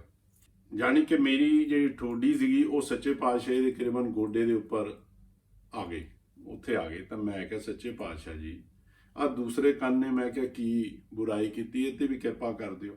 ਪਤਾ ਨਹੀਂ ਕਿੱਥੋਂ ਮੱਤ ਆ ਗਈ ਉਸ ਵੇਲੇ। ਤੇ ਸੱਚੇ ਪਾਤਸ਼ਾਹ ਦੇ ਦੋਨੇ ਕੰਨ ਫੜ ਕੇ ਨਾ ਮੇਰਾ ਜਿਹੜੀ ਕਿ ਸਿਰ ਸੀ ਨਾ ਆਪਣੇ ਉੱਥੇ ਪੱਟਾ 'ਚ ਹੀ ਰੱਖ ਲਿਆ। ਤੇ ਕਾਫੀ ਚਿਰ ਇਦਾਂ ਹੀ ਮੈਂ ਉਹਨਾਂ ਦੇ ਪੱਟਾਂ ਦੇ ਵਿੱਚ ਆਪਣਾ ਬਸ ਸਿਰ ਰੱਖ ਕੇ ਬੈਠਾ ਰਿਹਾ ਥੱਲੇ। ਤੇ ਇਸੇ ਤਰ੍ਹਾਂ ਹੀ ਉਹ ਪਿਆਰ ਦਿੰਦੇ ਗਏ। ਤੇ ਮਾਤਾ ਜੀ ਨੂੰ ਪੁੱਛਿਆ ਕਿ ਬੀਬੀ ਤੁਹਾਡਾ ਹੁਣ ਕੀ ਪ੍ਰੋਗਰਾਮ ਹੈ। ਤਾਂ ਮਾਤਾ ਜੀ ਨੇ ਆਖਿਆ ਕਿ ਇਹ ਆਇਆ ਬੜੇ ਸਾਲਾਂ ਬਾਅਦ ਹੈ, ਤੇ ਇਹਨੂੰ ਤਾਂ ਹੁਣ ਕਿਸੇ ਦੀ ਪਛਾਣ ਨਹੀਂ ਹੋਣੀ ਰਿਸ਼ਤੇਦਾਰਾਂ ਦੀ, ਤੇ ਇਹਨੂੰ ਥੋੜਾ ਬਹੁਤ ਰਿਸ਼ਤੇਦਾਰਾਂ ਨੂੰ ਮਿਲਾ ਲਿਆਈਏ। ਮੈਨੂੰ ਹਾਲ ਤੱਕ ਉਦੋਂ ਹੀ ਯਾਦ ਹੈ। ਤੇ ਬੱਚੇ ਬਾਜਾ ਬਚਨ ਕੀਤਾ ਕਿ ਬੀਬੀ ਜਲਦੀ ਆ ਜਾਈਓ। ਆਗੇ ਲੈ ਕੇ ਚਲੇ ਗਏ, ਚਲੋ ਮਿਲ ਜੁਲ ਕੇ ਆ ਗਏ। ਜਦੋਂ ਵਾਪਸ ਆਏ ਤੇ ਕੁਛ ਮੇਰੇ ਆਨੰਦ ਦਾ ਪ੍ਰੋਗਰਾਮ ਬਣਿਆ, ਤੇ ਸੱਚੇ ਪਾਤਸ਼ਾਹ ਜੀ ਨੂੰ ਮੇਰੇ ਜਿਹੜੇ ਮਾਤਾ ਜੀ ਮੇਰੇ ਸੱਸ ਹਨ, ਉਹਨਾਂ ਨੇ ਸਤਿਗੁਰੂ ਜੀ ਪਾਸੋਂ ਸਵਾਲ ਕੀਤਾ ਕਿ ਇਹ ਲੜਕਾ ਕੌਣ ਹੈ, ਇਹਦਾ ਪਿਛੋਕੜ ਕੀ ਹੈ। ਇਦਾਂ ਸਵਾਲ ਜਿੱਦਾਂ ਮਾਤਾਵਾਂ ਜਾਂ ਆਪਣੇ ਮਾਤਾ ਪਿਤਾ ਪੁੱਛਦੇ ਹਨ, ਚਾਹੀਦਾ ਵੀ ਹੈ ਪੁੱਛਣਾ ਕਿ ਕੌਣ ਹੈ। ਤੇ ਇਦਾਂ ਹੀ ਉਹਨਾਂ ਨੇ ਸਵਾਲ ਪੁੱਛੇ ਸੱਚੇ ਪਾਤਸ਼ਾਹ ਨੂੰ ਮੇਰੇ ਬਾਰੇ ਕਿ ਮੁੰਡਾ ਕੌਣ ਹੈ। ਤੇ ਸੱਚੇ ਪਾਤਸ਼ਾਹ ਜੀ ਨੇ ਇਦਾਂ ਹੀ ਆਖਿਆ ਕਿ ਬੀਬੀ ਉਹ ਮੇਰਾ ਪੁੱਤਰ ਹੈ, ਹੋਰ ਕੀ ਪੁੱਛਣਾ ਚਾਹੁੰਦੀ ਹੈ ਤੂੰ। ਤੇ ਸਾਡੀ ਮਾਤਾ ਨੇ ਵੀ ਉਹੀ ਆਖਿਆ ਕਿ ਜੇ ਤੁਹਾਡਾ ਉਹ ਪੁੱਤਰ ਹੈ ਤੇ ਇਹ ਵੀ ਤੁਹਾਡੀ ਪੁੱਤਰੀ ਹੈ, ਤੇ ਮੈਂ ਹੋਰ ਕੁਝ ਨਹੀਂ ਪੁੱਛਣਾ। ਇਸ ਤਰ੍ਹਾਂ ਪਿਆਰ ਕਰਦੇ ਮੇਰੇ ਨਾਲ। ਉਹ ਜਿਹੜੀਆਂ ਝਲਕੀਆਂ ਹਨ ਸਾਧ ਸੰਗਤ ਜੀ, ਉਹ ਮੇਰੇ ਜੀਵਨ ਦਾ ਸਹਾਰਾ ਹੈ। ਇਦਾਂ ਹੀ ਇੱਕ ਵਾਕਿਆ ਹੈ ਕਿ ਸੰਗੀਤ ਸਭਾ ਲੱਗੀ ਹੋਣ ਉੱਥੇ, ਉਹ ਕੋਠੀ ਦੇ ਵਿੱਚ ਕਰਦੇ ਹੁੰਦੇ ਸੀ। ਉਹ ਜਿਹੜੀ ਅਗਲਾ ਰੂਮ ਹੁੰਦਾ ਸੀ ਜਿੱਥੇ ਸੰਗੀਤ ਸਭਾ ਹੁੰਦੀ ਸੀ। ਮੈਂ ਤਾਂ ਮੇਰੇ ਘਰੋਂ ਅਸੀਂ ਗਏ ਉੱਥੇ। ਸੱਚੇ ਪਾਤਸ਼ਾਹ ਬਚਨ ਕੀਤਾ ਕਿ ਜਿਹੜੇ ਬੰਦਿਆਂ ਨੇ ਸੰਗੀਤ ਨਹੀਂ ਕਰਨਾ ਉਹ ਸਾਰੇ ਚਲੇ ਜਾਣ। ਉੱਥੇ ਕਾਫੀ ਬੈਂਕਾਕ ਤੋਂ ਸੇਠ ਆਏ ਸਨ, ਬਹੁਤ ਜ਼ਿਆਦਾ ਵੱਡੇ ਬੰਦੇ ਬੈਠੇ ਸਨ। ਸਾਰੇ ਉੱਠ ਕੇ ਲਾਈਨ ਲੱਗ ਗਈ ਮੱਥਾ ਟੇਕਣ ਦੀ ਜਾਣ ਨੂੰ ਬਾਹਰ। ਮੈਂ ਵੀ ਖੜਾ ਹੋ ਗਿਆ। ਮੈਂ ਕਿਹੜਾ ਕੋਈ ਸੰਗੀਤਕਾਰ ਸੀ ਜਾਂ ਕੋਈ ਇਦਾਂ ਕੋਈ ਸੀਗਾ। ਜਿਹੜੇ ਸੰਗੀਤਕਾਰ ਉੱਥੇ ਤਕੜੇ ਸਨ। ਤੇ ਮੈਂ ਵੀ ਉੱਠ ਗਿਆ ਤੇ ਮੇਰੇ ਘਰੋਂ ਵੀ ਉੱਠ ਖੜੀ। ਅਸੀਂ ਜਾ ਕੇ, ਮੈਨੂੰ ਇਦਾਂ ਹੀ ਯਾਦ ਹੈ ਕਿ ਜਾ ਕੇ ਜਦੋਂ ਮੱਥਾ ਟੇਕਿਆ, ਫਿਰ ਉਹ ਕਿਰਪਾ ਕਰਦੇ ਹੁੰਦੇ, ਉਹ ਕੰਨ ਫੇਰ ਫੜ ਲਏ, ਫੜ ਕੇ ਤੂੰ ਵੀ ਜਾਣਾ। ਮੈਂ ਕਿਹਾ ਨਹੀਂ ਸੱਚੇ ਪਾਤਸ਼ਾਹ, ਮੇਰਾ ਦਿਲ ਨਹੀਂ ਕਰਦਾ, ਮੈਂ ਇੱਥੇ ਕੋਲ ਮੇਰੇ। ਮੈਨੂੰ ਯਾਦ ਹੈ ਕਿ ਉਦਣ ਕਰੀਬਨ 2 ਘੰਟੇ ਸੱਚੇ ਪਾਤਸ਼ਾਹ ਦੇ ਉੱਤੇ ਕੋਲ ਹੀ ਬਸ ਇੰਨੀ ਕੁ ਦੂਰ ਬੈਠਾ ਹੋਵਾਂਗਾ ਮੈਂ। ਰੱਜ ਕੇ ਉਦਣ ਬਚਨ ਹੋਏ ਔਰ ਸੱਚੇ ਪਾਤਸ਼ਾਹ ਕਿਰਪਾ ਕੀਤੀ ਕਿ ਇਸ ਨੂੰ ਮੈਂ ਫਲਾਣੇ ਬੰਦੇ ਪਾਸੋਂ ਆਹ ਸੰਗੀਤ ਸਿਖਾਇਆ, ਇਹਨੂੰ ਮੈਂ ਫਲਾਣੇ ਬੰਦੇ ਪਾਸੋਂ ਸੰਗੀਤ ਸਿਖਾਇਆ, ਇਹ ਇਦਾਂ ਸੀ। ਸਾਰੇ ਸੰਗੀਤਕਾਰਾਂ ਬਾਰੇ ਦੱਸਿਆ। ਫਿਰ ਉਸ ਤੋਂ ਬਾਅਦ ਆਪਣੇ ਬਾਰੇ ਦੱਸਿਆ। ਗੁਰਦੇਵ ਖੈਰ ਮੈਂ ਤੁਹਾਨੂੰ ਦੱਸਦਾ ਕੁਝ। ਤਾਂ ਫਿਰ ਗੁਰਮੁਖ ਸਿੰਘ ਉਹਨਾਂ ਪਾਸੋਂ ਰਿਕਾਰਡਿੰਗ ਮੰਗਵਾਈ, ਆਪਣੇ ਗੁਰਮੁਖ ਸਿੰਘ ਵੀਰ ਦੀ। ਉਹ ਮੇਰੇ ਵੱਡੇ ਤਾਇਆ ਜੀ ਦੇ ਲੜਕੇ ਹਨ। ਉਹ ਸੱਚੇ ਪਾਤਸ਼ਾਹ ਦੀਆਂ ਸਾਰੀਆਂ ਰਿਕਾਰਡਿੰਗਸ ਉਹੀ ਕਰਦੇ ਹੁੰਦੇ ਸਨ ਵੀਡੀਓ ਦੀਆਂ। ਉਹਨਾਂ ਪਾਸੋਂ ਇੱਕ ਰਿਕਾਰਡਿੰਗ ਵੀ ਮੰਗਵਾ ਕੇ ਤਾਂ ਸੱਚੇ ਪਾਤਸ਼ਾਹ ਬਚਨ ਕੀਤਾ ਕਿ ਆਹ ਦੇਖ ਗੁਰਦੇਵ, ਇਹ ਮੈਂ ਸਾਜ਼ ਵਜਾਉਣਾ ਆ ਤਾਂ ਮਹਾਰਾਜ ਜੀ ਨਾਲ ਮਰਦੰਗ ਵਜਾਉਂਦੇ ਹਨ। ਤੇ ਸਤਿਗੁਰੂ ਪ੍ਰਤਾਪ ਸਿੰਘ ਜੀ ਸਾਨੂੰ ਜਦੋਂ ਪ੍ਰੈਕਟਿਸ ਕਰਵਾਉਂਦੇ ਹੁੰਦੇ ਸਨ ਤਾਂ ਫਿਰ ਉਹ ਵੀ ਮਸ਼ੀਨ ਮੰਗਵਾਈ, ਜਿਹੜੀ ਉਹ ਟਾਈਮਰ ਹੁੰਦੀ ਸੀ, ਜਿਹਦੇ ਨਾਲ ਉਹ ਟਾਈਮ ਚੱਲਦਾ ਹੁੰਦਾ ਸੀ। ਅਸੀਂ ਇਹਦੇ ਨਾਲ ਆਪਣੀ ਪ੍ਰੈਕਟਿਸ ਕਰਦੇ ਹੁੰਦੇ। ਬੜੀ ਉਦਣ ਉਹਨਾਂ ਨੇ ਕਿਰਪਾ ਕੀਤੀ। ਉਹ 2 ਘੰਟੇ ਮੈਂ ਇਹ ਕਹਿ ਸਕਦਾ ਕਿ ਉਹ ਜਿਹੜਾ ਸਮਾਂ ਸਤਿਗੁਰੂ ਜੀ ਦੇ ਨਾਲ 94 ਦੇ ਅੰਦਰ ਉੱਥੇ ਮੈਂ ਗੁਜ਼ਾਰਿਆ, ਉਹ ਮੇਰੇ ਲਈ ਜਾਣੀ ਕਿ ਇੱਕ ਜੀਵਨ ਦਾ ਮੇਰਾ ਸਾਰ ਹੈ। ਉਨੀਆਂ ਖੁਸ਼ੀਆਂ ਮੈਂ ਅੱਜ ਤੱਕ ਨਹੀਂ ਦਿੱਤੀਆਂ ਜਿੰਨੀਆਂ ਉਸ ਟਾਈਮ ਦੇ ਵਿੱਚ ਦਿੱਤੀਆਂ। ਫਿਰ ਇਦਾਂ ਹੋਇਆ ਕਿ ਤਕਰੀਬਨ ਨਰੋਬੀ ਛੱਡ ਕੇ ਮੈਂ ਇੱਥੇ ਆ ਗਿਆ ਲੰਡਨ। ਇੱਕ ਮੈਨੂੰ ਗੱਲ ਹੋਰ ਯਾਦ ਆਈ, ਇਹ ਸ਼ਾਇਦ 97 ਦੀ ਹੋਣੀ ਹੈ। 97 ਦੇ ਅੰਦਰ ਮੈਂ ਗਿਆ ਵਾਪਸ ਇੰਡੀਆ, ਤੇ ਸੱਚੇ ਪਾਤਸ਼ਾਹ ਜੀ ਉਹ ਛੋਟੀ ਜੀ ਇੱਕ ਬੱਗੀ ਦੇ ਨਾਲ ਜਿਹਦੇ ਦੇ ਅੰਦਰ ਜਾਂਦੇ ਹੁੰਦੇ ਸਨ, ਉਹਦੇ ਨਾਲ ਆਏ। ਤੇ ਮੈਂ ਬਾਹਰ ਖੜਾ ਸੀ ਤਾਂ ਮੱਥਾ ਟੇਕਿਆ। ਮੈਂ ਤਾਂ ਕਹਿੰਦੇ ਤੂੰ ਕਦੋਂ ਆਇਆ? ਮੈਂ ਕਿਹਾ ਸੱਚੇ ਪਾਤਸ਼ਾਹ ਮੈਂ ਬਸ ਆਇਆ ਹੀ ਹਾਂ ਇਸ ਵੇਲੇ। ਅੱਛਾ ਤਾਂ ਚਲੋ ਕਲਾ ਕੇਂਦਰ ਆ ਜਾ। ਮੈਂ ਕਿਹਾ 7 ਵਚਨ। ਉਹ ਕਹਿ ਕੇ ਅੱਗੇ ਨੂੰ ਗਏ, ਪਤਾ ਨਹੀਂ ਫਿਰ ਕੀ ਮਨ ਚ ਹੋਇਆ, ਫਿਰ ਵਾਪਸ ਮੁੜ ਕੇ ਲੈ ਆਇਆ ਗੱਡੀ। ਤੂੰ ਬਾਅਦ ਚ ਨਹੀਂ, ਹੁਣ ਹੀ ਬਹਿ ਜਾ ਉੱਥੇ ਪਿੱਛੇ। ਪਿਛਲੇ ਉਹ ਜੀਪ ਸੀਗੀ ਜਿਹੜੀ ਜਿਹ ਚ ਉਹ ਆਪਣੇ ਸੀਗੇ ਬੰਦੇ ਨਾਲ ਗਾਰਡ ਸੀਗੇ, ਬਹਿ ਜਾ ਉਹਦੇ ਵਿੱਚ, ਨਾਲ ਹੀ ਚੱਲ ਮੇਰੇ।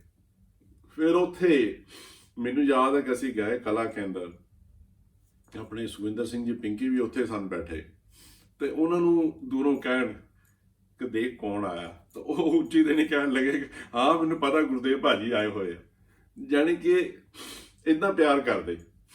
ਤੇ ਫਿਰ ਸੱਚੇ ਪਾਤਸ਼ਾਹ ਜੀ ਬਚਨ ਕੀਤਾ ਆਪਣੇ, ਜਿੱਦਾਂ ਦੱਸਿਆ ਕਿ ਅਸੀਂ ਨਰੋਬੀ ਛੱਡ ਕੇ ਤਾਂ ਅਸੀਂ ਫਿਰ ਇੱਥੇ ਯੂਕੇ ਆ ਗਏ।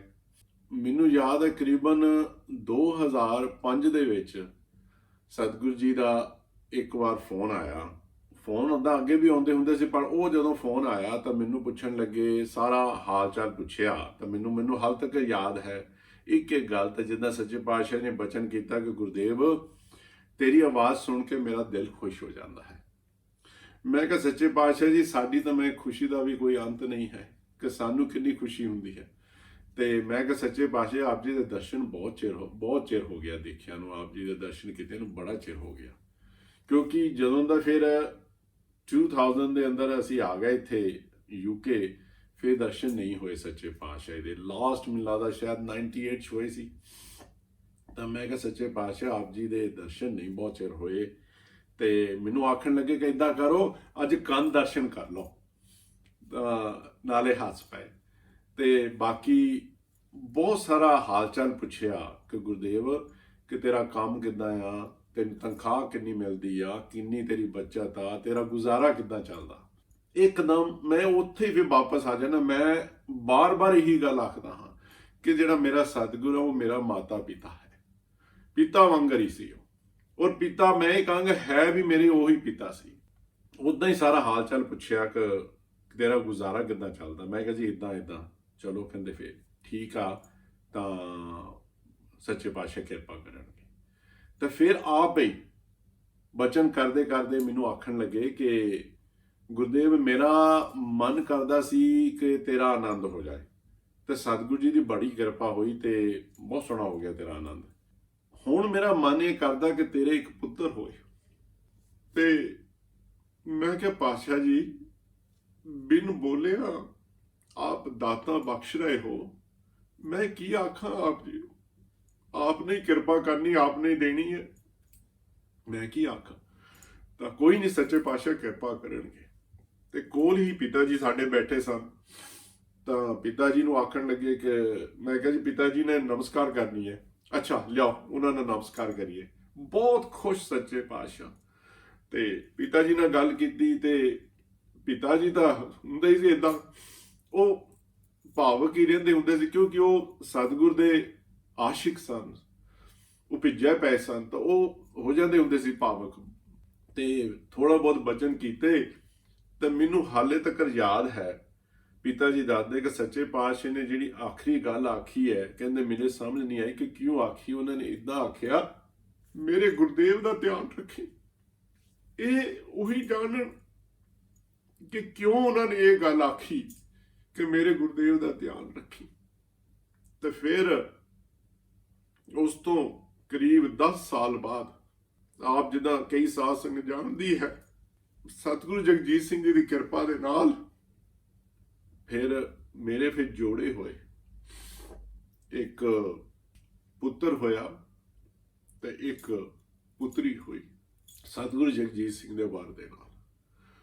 ਔਰ ਫਿਰ ਉਹਨਾਂ ਨੂੰ ਸਤਿਗੁਰੂ ਉਦੇ ਸਿੰਘ ਜੀ ਨੇ ਬੜੀਆਂ ਖੁਸ਼ੀਆਂ ਦਿੱਤੀਆਂ, ਬੜਾ ਪਿਆਰ ਦਿੱਤਾ। ਮਾਤਾ ਗੁਰਸ਼ਰਨ ਕੌਰ ਜੀ ਨੇ ਬੜਾ ਪਿਆਰ ਦਿੱਤਾ, ਕਿਉਂਕਿ ਉਹਨਾਂ ਨੂੰ ਮੈਂ ਅਰਜ਼ ਕੀਤੀ ਸੀ ਸਤਿਗੁਰੂ ਉਦੇ ਸਿੰਘ ਜੀ ਨੂੰ ਕਿ ਇਸ ਤਰ੍ਹਾਂ ਮੈਨੂੰ ਸਤਿਗੁਰੂ ਜਗਜੀਤ ਸਿੰਘ ਨੇ ਵਾਰ ਦਿੱਤਾ ਸੀ। ਉਹ ਬਹੁਤ ਉਹਨਾਂ ਨੇ ਇਸ ਚੀਜ਼ ਦੀ ਖੁਸ਼ੀ ਪ੍ਰਗਟ ਕੀਤੀ ਤੇ ਬਹੁਤ ਜ਼ਿਆਦਾ ਖੁਸ਼ ਹੋਏ। ਔਰ ਜਦੋਂ ਤੱਕ ਇਹ ਬੱਚਿਆਂ ਦਾ ਜਨਮ ਨਹੀਂ ਹੋਇਆ। ਸੱਚੇ ਪਾਤਸ਼ਾਹ ਜੀ ਨਾਲ ਜਦੋਂ ਵੀ ਗੱਲ ਹੁੰਦੀ ਫੋਨ ਤੇ ਸਾਧੂ ਉਦੇ ਸਿੰਘ ਜੀ ਉਹ ਪੁੱਛਦੇ ਹੀ ਹੁੰਦੇ ਸੀ ਹਰ ਵੇਲੇ, ਮਾਤਾ ਦਾ ਕੀ ਹਾਲ ਆ, ਠੀਕ ਠਾਕ ਹੈ, ਬੱਚੇ ਠੀਕ ਠਾਕ ਹੈ, ਸਾਰੀ ਰਿਪੋਰਟਾਂ ਠੀਕ ਠਾਕ ਹੈ। ਯਾਨੀ ਕਿ ਅਖੀਰ ਤੱਕ ਸਾਧੂ ਉਦੇ ਸਿੰਘ ਜੀ ਨੇ ਉਹਨਾਂ ਬਾਰੇ ਪੁੱਛ-ਗਿੱਛ ਕੀਤੀ, ਉਹਨਾਂ ਦਾ ਧਿਆਨ ਰੱਖਿਆ, ਔਰ ਜਦੋਂ ਹੋਏ ਬਹੁਤ ਸੱਚੇ ਪਾਤਸ਼ਾਹ ਖੁਸ਼ੀਆਂ ਦਿੱਤੀਆਂ। ਸੋ ਸਾਧ ਸੰਗਤ ਜੀ, ਮੈਂ ਆਪ ਜੀ ਦੇ ਸਾਹਮਣੇ ਅੱਜ ਬੜੀ ਮੁਸ਼ਕਿਲ ਦੇ ਨਾਲ ਆਪਣੇ ਸਤਿਗੁਰ ਦੇ ਕੁਝ ਯਾਦਾਂ ਤੁਹਾਡੇ ਨਾਲ ਰੱਖੀਆਂ। ਬੜੇ ਹੀ ਹੌਸਲੇ ਨਾਲ ਮੈਂ ਅੱਜ ਕੀਤਾ ਹੈ, ਕਿਉਂਕਿ ਇਹ ਮੇਰੇ ਬਸ ਦਾ ਰੋਗ ਨਹੀਂ ਹੈ।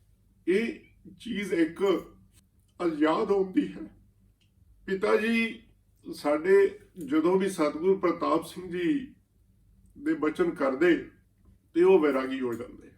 ਅਸੀਂ ਮਨ 'ਚ ਸੋਚਣਾ ਕਿ ਕੀ ਗੱਲ ਹੈ ਕਿ ਪਿਤਾ ਜੀ ਇੰਨੇ ਵੈਰਾਗੀ ਹੋ ਜਾਂਦੇ ਹਨ ਸਤਿਗੁਰੂ ਜੀ ਨੂੰ ਯਾਦ ਕਰਕੇ। ਨਹੀਂ ਉਸ ਵੇਲੇ ਸਮਝ ਸਕੇ, ਇਸ ਚੀਜ਼ ਨੂੰ ਨਹੀਂ ਸਮਝ ਸਕੇ। ਅੱਜ ਸਮਝ ਪੈਂਦੀ ਹੈ। ਅੱਜ ਸਾਡੀ ਵੀ ਉਹਨਾਂ ਦੀ ਹਾਲਤ ਹੋਈ ਹੈ। ਜਦੋਂ ਅਸੀਂ ਸਤਿਗੁਰੂ ਜਗਜੀਤ ਸਿੰਘ ਦੇ ਗੁਣ ਗਾਉਂਦੇ ਹਾਂ, ਉਹਨਾਂ ਨੂੰ ਜਦੋਂ ਵੀ ਯਾਦ ਕਰਦੇ ਹਾਂ, ਸਾਡੇ ਮਨ ਭਰ ਜਾਂਦੇ ਹਨ। ਇੱਕ ਗੱਲ ਸਾਡੇ ਤਾਇਆ ਜੀ ਕਹਿੰਦੇ ਹੁੰਦੇ ਸੀ, ਵੱਡੇ ਤਾਇਆ ਜੀ ਸਾਡੇ ਸੰਤ ਕਿਰਪਾਲ ਸਿੰਘ ਜੀ, ਤੇ ਉਹਨਾਂ ਦੇ ਦਰਸ਼ਨ ਹੋਏ ਸੀ ਮੈਨੂੰ 97 ਚ। ਉਸ ਤੋਂ ਬਾਅਦ ਉਹਨਾਂ ਨੇ ਸਰੀਰ ਤਿਆਗ ਦਿੱਤਾ। ਤੇ ਉਹ ਬਚਨ ਕਰਦੇ ਹੁੰਦੇ ਸੀ ਕਿ ਗੁਰਦੇਵ, ਮੇਰੇ ਨਾਲ ਸਤਿਗੁਰੂ ਪ੍ਰਤਾਪ ਸਿੰਘ ਜੀ ਬਹੁਤ ਪਿਆਰ ਕਰਦੇ ਹੁੰਦੇ ਸਨ। ਮੇਰੇ ਕੋਲੋਂ ਕੀਰਤਨ ਸੁਣਦੇ ਹੁੰਦੇ ਸੀ। ਤੇ ਜਦੋਂ ਸਤਿਗੁਰੂ ਪ੍ਰਤਾਪ ਸਿੰਘ ਜੀ ਸਨ, ਉਦੋਂ ਮੈਂ ਲੱਖਾਂ ਦਾ ਸੀਗਾ, ਪਰ ਅੱਜ ਮੈਂ ਕੱਖਾਂ ਦਾ ਹਾਂ। ਥੋੜਾ ਜਿਹਾ ਕਦੀ ਮਨ ਦੇ ਵਿੱਚ ਇਸ ਤਰ੍ਹਾਂ ਦਾ ਭਾਵ ਜ਼ਰੂਰ ਆਉਂਦਾ ਹੈ। ਉਦੋਂ ਮੈਂ ਲੱਖਾਂ ਦਾ ਸੀਗਾ, ਅੱਜ ਮੈਂ ਵੀ ਸ਼ਾਇਦ ਉਦਾਂ ਹੀ ਕੱਖਾਂ ਦਾ ਬਣ ਗਿਆ। ਬਸ ਇਹੀ ਇੱਕ ਅਰਦਾਸ ਹੈ ਮੇਰੀ ਉਹਨਾਂ ਦੇ ਚਰਨਾਂ ਦੇ ਵਿੱਚ ਕਿ ਉਹ ਕਿਰਪਾ ਕਰਨ, ਮੇਰੇ ਸ਼ਰਧਾ ਦੇ ਫੁੱਲ ਉਹ ਜੋ ਮੈਂ ਭੇਟਾ ਕੀਤੇ ਹਨ ਉਹ ਕਬੂਲ ਕਰਨ, ਤੇ ਕਿਰਪਾ ਇਸ ਤਰ੍ਹਾਂ ਹੀ ਕਰਨ ਕਿ ਇਸੇ ਤਰ੍ਹਾਂ ਮਨ ਦੇ ਵਿੱਚ ਬਸੇ ਰਹਿਣ ਮੇਰੇ। ਮੈਂ ਕਈ ਵਾਰੀ ਸੋਚਦਾ ਹੁੰਨਾ ਕਿ ਨਾ ਤਾਂ ਮੇਰੀ ਕੋਈ ਮਰਿਆਦਾ ਹੈ, ਨਾ ਕੋਈ ਮੇਰਾ ਨਿਤਨੇਮ ਹੈ, ਨਾ ਕੋਈ ਮੈਂ ਸਤਿਗੁਰੂ ਜੀ ਦੇ ਕੋਈ ਇੰਨੇ ਹੁਕਮ ਮੰਨਦਾ ਹਾਂ, ਜਾਣੀ ਕਿ ਸਾਰੇ ਸਿੱਖਾਂ ਦੇ ਵਿੱਚੋਂ ਮੈਂ ਨਿਖੇਧਾ 0 ਨੰਬਰ ਤੇ ਹਾਂ। ਫਿਰ ਵੀ ਮੈਨੂੰ ਇੰਨਾ ਪਿਆਰ ਮਿਲਿਆ ਸਤਿਗੁਰੂ ਜਗਜੀਤ ਸਿੰਘ ਜੀ ਪਾਸੋਂ ਕਿ ਮੇਰਾ ਜੀਵਨ ਦਾ ਇੱਕ ਸਹਾਰਾ ਬਣ ਗਿਆ ਹੈ।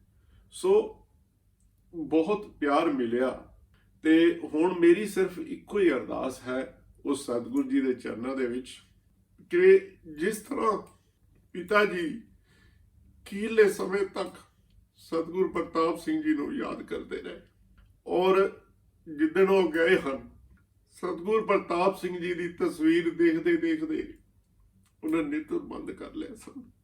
ਮੇਰੀ ਵੀ ਇਹੀ ਅਰਦਾਸ ਹੈ ਕਿ ਜਦੋਂ ਵੀ ਸਤਿਗੁਰੂ ਜੀ ਵੱਲੋਂ ਹੁਕਮ ਹੋਵੇ ਇਸ ਮਾਤ ਲੋਕ ਤੋਂ ਰਵਾਨਾ ਹੋਣ ਦਾ, ਮੇਰੇ ਸਾਹਮਣੇ ਵੀ ਮੇਰੇ ਸਤਿਗੁਰ ਦੀ ਤਸਵੀਰ ਹੋਵੇ ਤੇ ਮੇਰੇ ਸਤਿਗੁਰ ਦਾ ਨਾਮ ਮੇਰੀ ਜ਼ੁਬਾਨ ਤੇ।